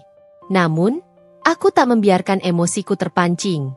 Setiap tatapan atau senyuman mengejek mereka justru semakin membakar tekadku, menguatkan keyakinanku bahwa aku berada di jalur yang benar. Bu Tania, di sisi lain, selalu siap dengan balasan yang menohok dan bukti yang tak terbantahkan. Dia menampilkan rekaman percakapan via email dan pesan singkat yang kuperoleh dari ponsel lamaku, di mana aku berulang kali menanyakan detail investasi. Namun Bima selalu memberikan jawaban samar, mengalihkannya, atau berjanji akan menjelaskan nanti tanpa pernah melakukannya. Dia juga memaparkan bukti transaksi keuangan yang secara jelas menunjukkan pola pengalihan dana ke rekening Ibu Ratna, yang notabene tidak memiliki kaitan hukum langsung dengan Arini Property atau proyek-proyek investasi Bima yang diklaim sah. Ini menunjukkan adanya aliran dana yang mencurigakan antara rekening gabungan kami dan rekening pribadi Ibu Ratna. Yang Mulia Hakim, tegas Bu Tania, sambil menampilkan salinan akta-akta pendirian perusahaan yang Bima klaim sebagai mitra investasi di layar besar proyektor. Perusahaan-perusahaan ini, Yang Mulia, adalah perusahaan cangkang. Mereka tidak memiliki operasional nyata, tidak ada kantor fisik yang valid, bahkan beberapa di antaranya didirikan hanya beberapa bulan sebelum dana Arini Property mulai dikuras secara masif. Ini jelas merupakan modus penipuan dan penggelapan terstruktur yang dirancang dengan sangat rapi dan licik. Yang paling mengejutkan seluruh ruang sidang adalah ketika Bu Tania memanggil saksi kedua kami, seorang mantan karyawan Bima yang baru saja dipecat karena menolak melakukan transaksi mencurigakan yang diperintahkan. Karyawan itu, seorang pemuda bernama Rio, dengan wajah ketakutan namun berani, bersaksi dengan suara bergetar bahwa dia pernah melihat Bima dan Ibu Ratna berdiskusi intens di ruang kerja Bima, merencanakan cara mengamankan aset sebelum perceraian terjadi. Saya pernah mendengar Ibu Ratna menyarankan Bapak Bima untuk segera mengalihkan semua dana ke rekening yang sulit dilacak, dan juga untuk segera mendaftarkan beberapa properti atas nama Ibu Ratna agar tidak terjerat harta gono gini saat perceraian. Ujar Rio. Suaranya sedikit bergetar namun jelas terdengar. Bapak Bima awalnya terlihat ragu dan keberatan. Tapi Ibu Ratna terus mendesak dan mengatakan, "Itu demi masa depanmu, Bima. Wanita itu tidak pantas mendapatkan apapun dari hasil kerja kerasmu." Dia hanya akan menghamburkan uang itu. Kesaksian itu menghantam ruang sidang seperti petir yang menyambar. Bima langsung memucat, raut wajahnya berubah total dari datar menjadi panik. Ibu Ratna terlonjak dari kursinya, berteriak histeris. Bohong! Itu semua fitnah. Anak ini dendam karena dipecat. Namun, Hakim Ketua segera menenangkan keadaan dengan keras dan meminta Ibu Ratna untuk menahan diri, mengancam akan mengeluarkan dia dari ruang sidang. Pengacara Bima, Pak Bram, segera mencoba mendiskreditkan saksi, menuduhnya berbohong karena dendam setelah dipecat. Namun, Bu Tania kembali menampilkan bukti-bukti pendukung yang lebih kuat. Rekaman CCTV kantor Bima yang menunjukkan pertemuan intens dan tertutup antara Bima, Ibu Ratna, dan pihak-pihak yang terlibat dalam pendirian perusahaan cangkang tersebut. Selain itu, Bu Tania juga menunjukkan log komunikasi internal yang mengindikasikan adanya instruksi pengamanan aset dari Bima kepada Rio dan bawahannya yang lain, yang bertentangan dengan prosedur standar perusahaan. Melihat bukti-bukti yang semakin memberatkan dan kesaksian yang begitu lugas, pertahanan Bima dan Ibu Ratna mulai goyah dengan jelas. Mereka tampak panik, sesekali berbisik dengan pengacaranya, mencoba mencari celah atau strategi baru. Tatapan Ibu Ratna kepadaku kini bukan lagi merendahkan, melainkan penuh kebencian dan ketakutan yang kentara. Pada sesi terakhir babak pembuktian yang menjadi penentu, Bu Tania menyajikan sebuah flash drive kecil berwarna perak kepada hakim. Yang mulia, katanya dengan suara berwibawa, ini adalah rekaman percakapan telepon yang berhasil kami pulihkan dari ponsel lama klien kami yang telah rusak, di mana Bapak Bima secara samar mengakui adanya pengalihan dana atas saran Ibu Ratna, dan dia juga menyatakan penyesalannya karena terpaksa melakukannya demi rencana besar. Meskipun rekaman itu tidak sepenuhnya eksplisit dalam menyebutkan angka atau detail spesifik, namun intonasinya, konteks pembicaraannya, dan potongan-potongan kalimat yang diucapkan secara jelas mengarah pada skema penggelapan. Bima terlihat menelan ludah, wajahnya semakin pasi, seolah baru saja melihat hantu. Ibu Ratna menunduk, tak berani menatapku, atau bahkan menatap siapapun di ruangan itu. Sidang hari itu diakhiri dengan suasana yang sangat tegang dan berat. Aku tahu, aku telah menang di babak ini. Meskipun prosesnya melelahkan, menguras emosi dan energiku, setiap bukti yang kami paparkan, setiap saksi yang kami hadirkan, telah mengoyak tipuan dan kebohongan mereka. Kebenaran yang keji kini terkuak jelas di mata hukum. Mereka mungkin masih akan berjuang, tapi kini, jerat hukum sudah semakin mengikat mereka erat. Aku tahu, klimaks yang sesungguhnya sudah di depan mata. Hari putusan tiba. Ruang sidang dipenuhi lebih banyak orang dari biasanya. Bahkan ada beberapa stasiun televisi yang meliput.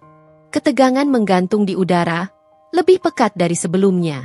Aku duduk di sisiku, jantung berdebar tak karuan, tapi bukan karena takut. Ini adalah campuran antara harap, cemas, dan kelegaan yang mulai menjalar. Di sampingku, Bu Tania tampak tenang, memegang setumpuk dokumen. Di sisi seberang, Bima dan Ibu Ratna terlihat tegang, wajah mereka pucat pasi.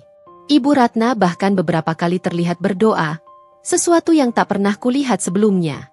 Hakim Ketua masuk, palu diketuk, dan semua berdiri.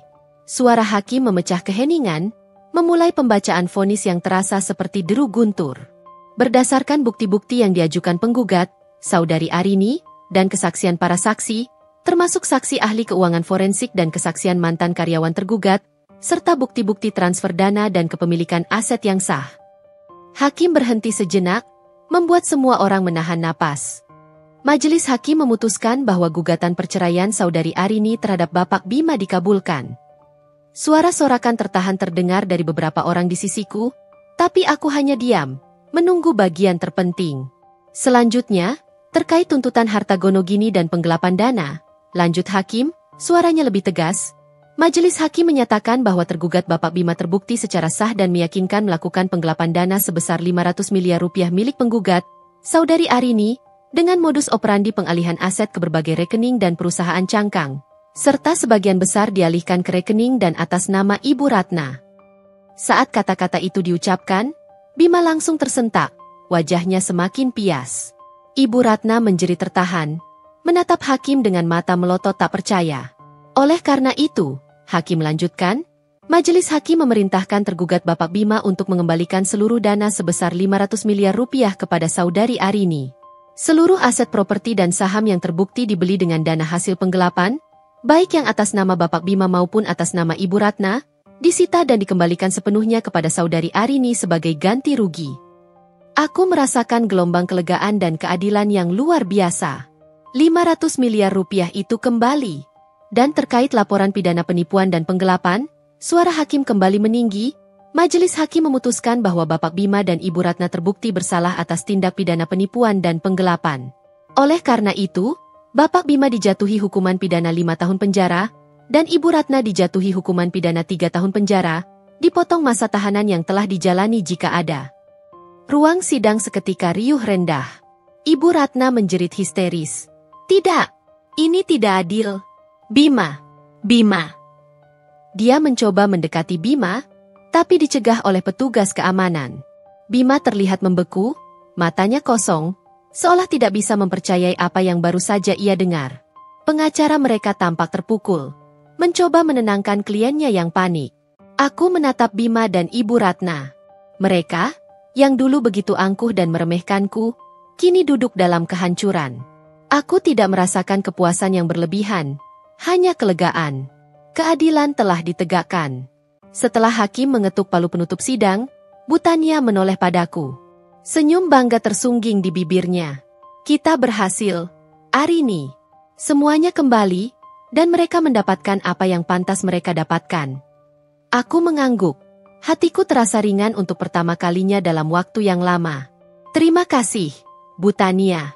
Anda telah mengembalikan hidup saya. Saat aku berjalan keluar dari ruang sidang, langkahku terasa ringan. Flash kamera wartawan menyambar-nyambar, pertanyaan-pertanyaan membanjiri, tapi aku hanya berjalan lurus, kepala tegak.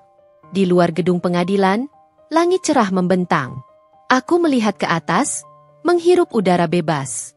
Ini adalah akhir dari satu babak pahit dalam hidupku, namun juga awal dari lembaran baru.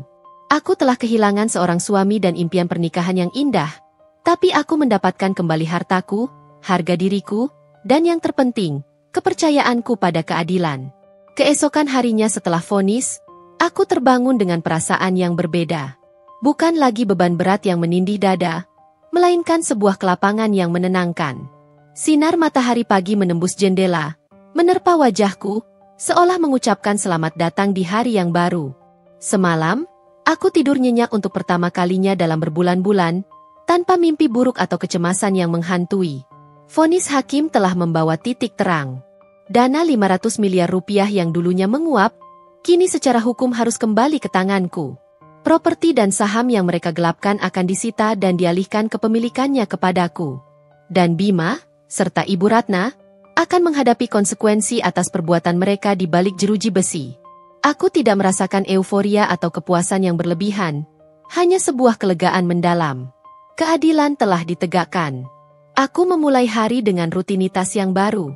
Tidak ada lagi pikiran tentang Bima atau Ibu Ratna. Fokusku kini sepenuhnya tertuju pada diriku sendiri dan Arini Property.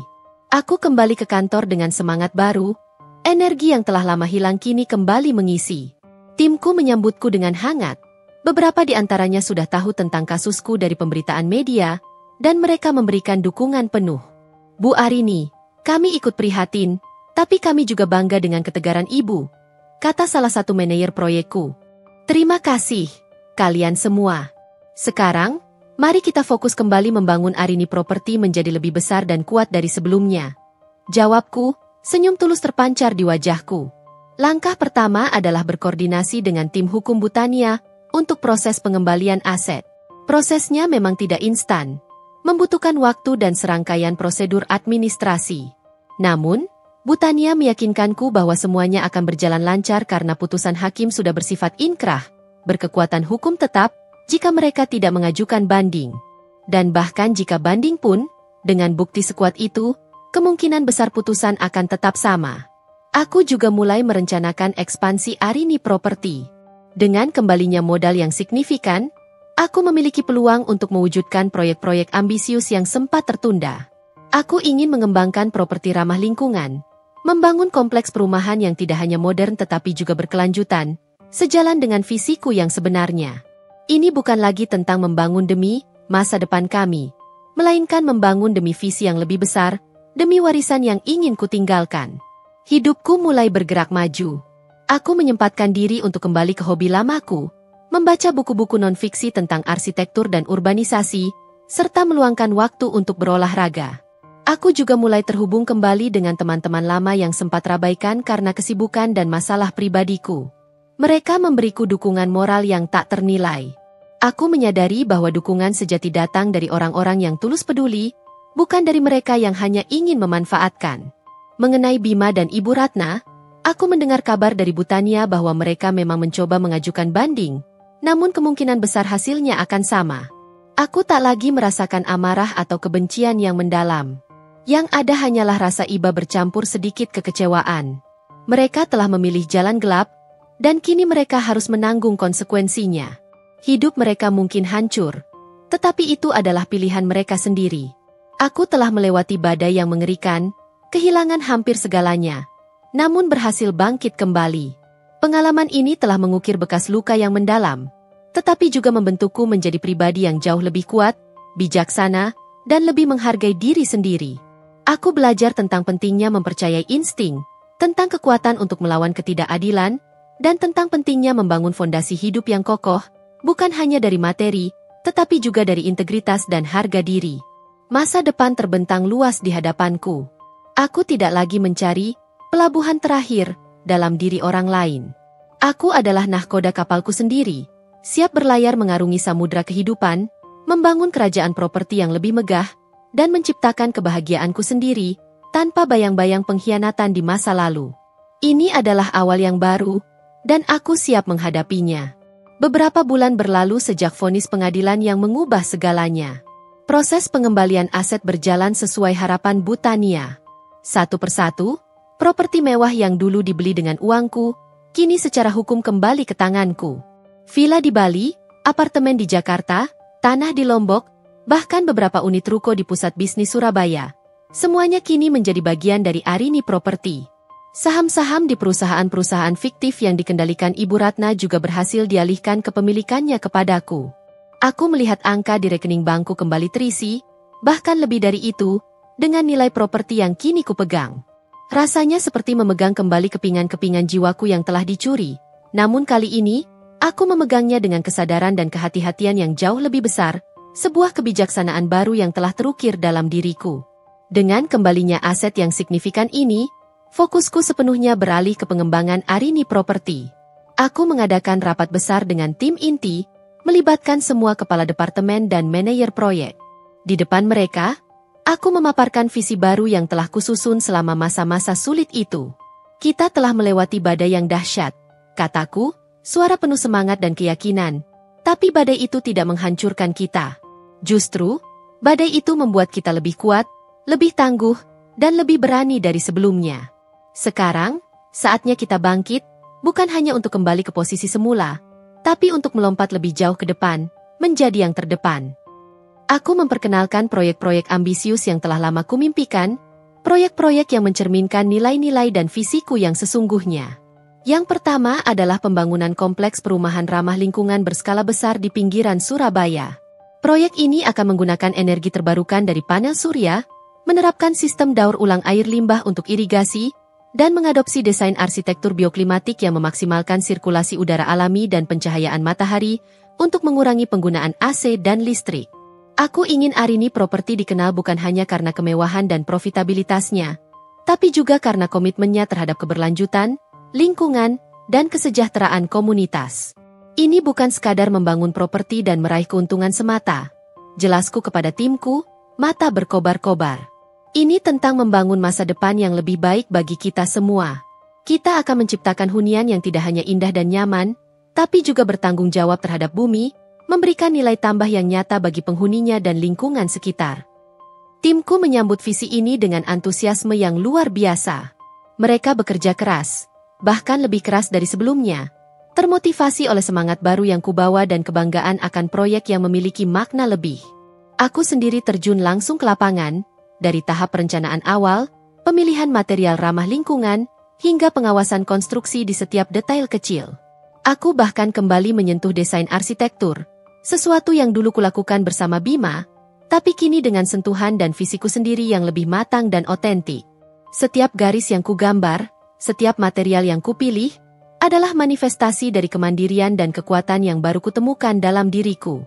Di sela-sela kesibukan yang kembali padat, aku juga tidak melupakan diriku sendiri. Aku belajar membatasi jam kerja yang dulu tak mengenal batas, memberikan waktu yang cukup untuk istirahat dan kegiatan pribadi. Aku kembali rutin berolahraga di pagi hari, mencoba yoga dan meditasi untuk menenangkan pikiran dan menjaga keseimbangan emosional. Aku juga menghabiskan lebih banyak waktu berkualitas dengan orang-orang terdekat. Ibu, adikku yang selalu suportif, dan teman-teman lama yang selalu ada untukku, bahkan saat aku terpuruk. Mereka adalah jangkar yang menahanku tetap kuat saat badai menerjang, bukti bahwa dukungan sejati datang dari orang-orang yang tulus peduli, bukan dari mereka yang hanya ingin memanfaatkan. Suatu sore, saat sedang menikmati kopi latte di sebuah kafe favoritku yang tenang, ponselku berdering. Ada pesan dari Bu Tania. Ia mengabarkan bahwa banding Bima dan Ibu Ratna telah ditolak oleh Mahkamah Agung. Vonis hukuman pidana mereka kini berkekuatan hukum tetap. Bima akan menjalani hukuman 5 tahun penjara, dan Ibu Ratna 3 tahun. Aku membaca pesan itu, dan hatiku terasa netral, tanpa gejolak. Tidak ada lagi luapan emosi amarah atau kepuasan yang berlebihan. Jalan mereka telah mereka pilih sendiri, dan konsekuensinya sudah mereka terima. Aku telah memaafkan mereka, bukan karena mereka pantas dimaafkan, tetapi karena aku pantas untuk bebas dari beban kebencian dan dendam yang menguras energi. Membiarkan dendam menguasai, sama saja dengan membiarkan mereka tetap mengendalikan hidupku, memenjarakan hatiku. Dan aku menolak itu. Aku memilih untuk melepaskan, untuk bergerak maju. Masa depan terbentang luas di hadapanku. Arini Properti berkembang pesat, dikenal tidak hanya di Surabaya, tetapi juga di kancah nasional sebagai pionir properti berkelanjutan dan berkualitas tinggi. Namaku, Arini, kini identik dengan ketangguhan, integritas, dan visi ke depan yang kuat. Aku telah membangun kembali kerajaanku, dan kali ini, fondasinya jauh lebih kokoh, tak tergoyahkan oleh pengkhianatan atau janji palsu.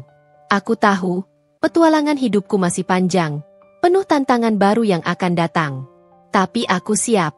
Aku bukan lagi wanita yang rapuh dan mudah ditipu. Aku adalah Arini, yang telah melewati api cobaan, dan kini bersinar lebih terang, lebih kuat, dan lebih bijaksana dari sebelumnya. Kisahku adalah bukti bahwa dari kehancuran, dapat lahir kebangkitan yang tak terduga. Waktu terus bergulir, membawa serta perubahan dan pertumbuhan yang signifikan. Sudah hampir 2 tahun sejak vonis pengadilan yang mengubah hidupku secara drastis. Nama Bima dan Ibu Ratna kini hampir tak pernah lagi muncul di benakku, kecuali jika ada kabar sesekali dari Bu Tania mengenai proses hukum atau administrasi terkait aset-aset yang masih dalam tahap finalisasi pengembalian.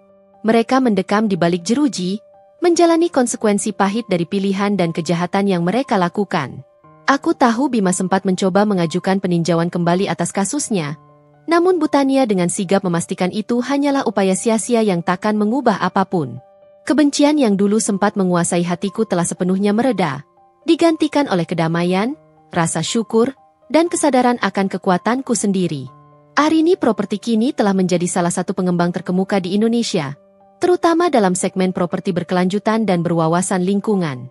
Proyek kompleks perumahan ramah lingkungan berskala besar yang kuprakarsai telah sukses besar melampaui ekspektasi, bahkan memenangkan beberapa penghargaan arsitektur nasional yang bergengsi, mengangkat nama Arini Properti ke level yang lebih tinggi. Keberhasilan ini membuka jalan bagi proyek-proyek yang lebih besar dan ambisius, termasuk rencana pengembangan Eco Resort di Lombok dan kawasan perkantoran hijau di Jakarta. Aku tidak hanya membangun gedung dan mendapatkan keuntungan semata, tetapi juga membangun reputasi, integritas, dan warisan yang berarti. Timku berkembang pesat, dari puluhan menjadi ratusan karyawan, dan aku merasa bangga dengan setiap individu yang bekerja bersamaku. Mereka adalah bagian dari keluarga baruku, yang dibangun di atas fondasi kepercayaan, kerja keras, dan visi yang sama.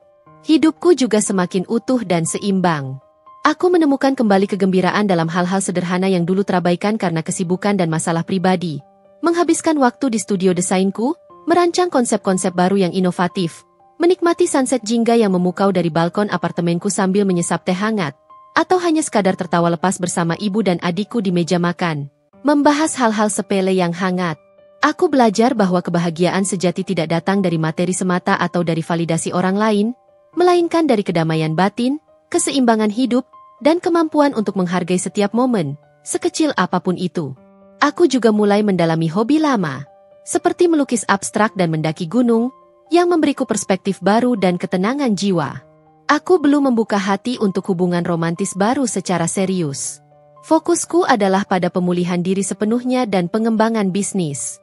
Namun, ada persahabatan yang mulai tumbuh dengan seorang arsitek lanskap dari salah satu proyek terbaruku, seorang pria bernama Reza.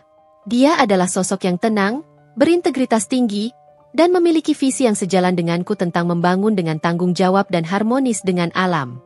Kami sering bertukar pikiran tentang desain, konsep keberlanjutan, dan masa depan kota yang ideal. Aku merasakan kenyamanan yang berbeda dengannya, sebuah koneksi yang alami, tanpa paksaan, dan dibangun di atas dasar saling menghargai. Tidak ada drama, tidak ada tekanan, hanya obrolan yang menyenangkan dan dukungan profesional. Aku tak tahu kemana arah hubungan ini akan melangkah, tapi untuk pertama kalinya setelah sekian lama, aku merasa bahagia dengan prosesnya, membiarkan semuanya mengalir apa adanya. Suatu pagi yang cerah, saat sedang berolahraga pagi di taman kota yang rindang, aku tidak sengaja bertemu dengan seorang kenalan lama dari lingkaran sosial Bima. Dia menghampiriku dengan raut wajah malu-malu dan sedikit canggung. "Arini, kamu terlihat sangat baik dan bercahaya," katanya, suaranya sedikit ragu. "Aku dengar semua yang terjadi. Aku turut prihatin atas apa yang menimpamu." "Terima kasih," jawabku ramah, tersenyum tulus. Aku tak lagi merasa perlu menyembunyikan masa laluku, atau berpura-pura baik-baik saja. Bagaimana kabar Bima?" Tanyanya ragu-ragu, seolah takut menyinggung perasaanku. Aku menarik napas perlahan, lalu menjawab dengan tenang dan lugas. Bima dan ibunya sedang menjalani hukuman mereka di lembaga pemasyarakatan. Keadilan sudah ditegakkan. Tidak ada nada amarah, tidak ada kesedihan, atau bahkan kepuasan jahat dalam suaraku. Hanya pernyataan fakta yang datar. Dia mengangguk, terlihat sedikit terkejut dengan ketenangan dan ketegaranku. "Aku turut senang melihatmu sekuat ini, Arini. Kamu pantas mendapatkan semua kebaikan ini. Kamu benar-benar inspirasi." Aku hanya tersenyum tipis. Pertemuan singkat itu menjadi pengingat bahwa jejak masa lalu akan selalu ada, melekat dalam ingatan orang lain. Namun, bagaimana aku meresponsnya? Bagaimana aku menjalani hidupku setelahnya, sepenuhnya berada di tanganku. Aku tidak lagi membiarkan masa lalu mendefinisikan siapa diriku. Aku adalah penentu takdirku sendiri. Kisahku adalah sebuah pelajaran tentang kekuatan, ketahanan, dan kebangkitan yang luar biasa. Dari kehancuran yang tak terbayangkan, aku telah membangun kembali hidupku, bata demi bata, menjadi sesuatu yang jauh lebih indah, lebih kuat, lebih bermakna, dan lebih autentik. Aku telah menemukan kebahagiaan yang utuh, yang berasal dari dalam diriku sendiri, dari integritas dan visi yang kujalani, bukan dari janji-janji palsu atau harta benda semata. Aku adalah Arini, seorang pebisnis yang sukses dan dihormati, seorang wanita yang mandiri dan berdaya, dan yang terpenting, seorang manusia yang telah menemukan kedamaian sejati setelah melewati badai terhebat dalam hidupnya.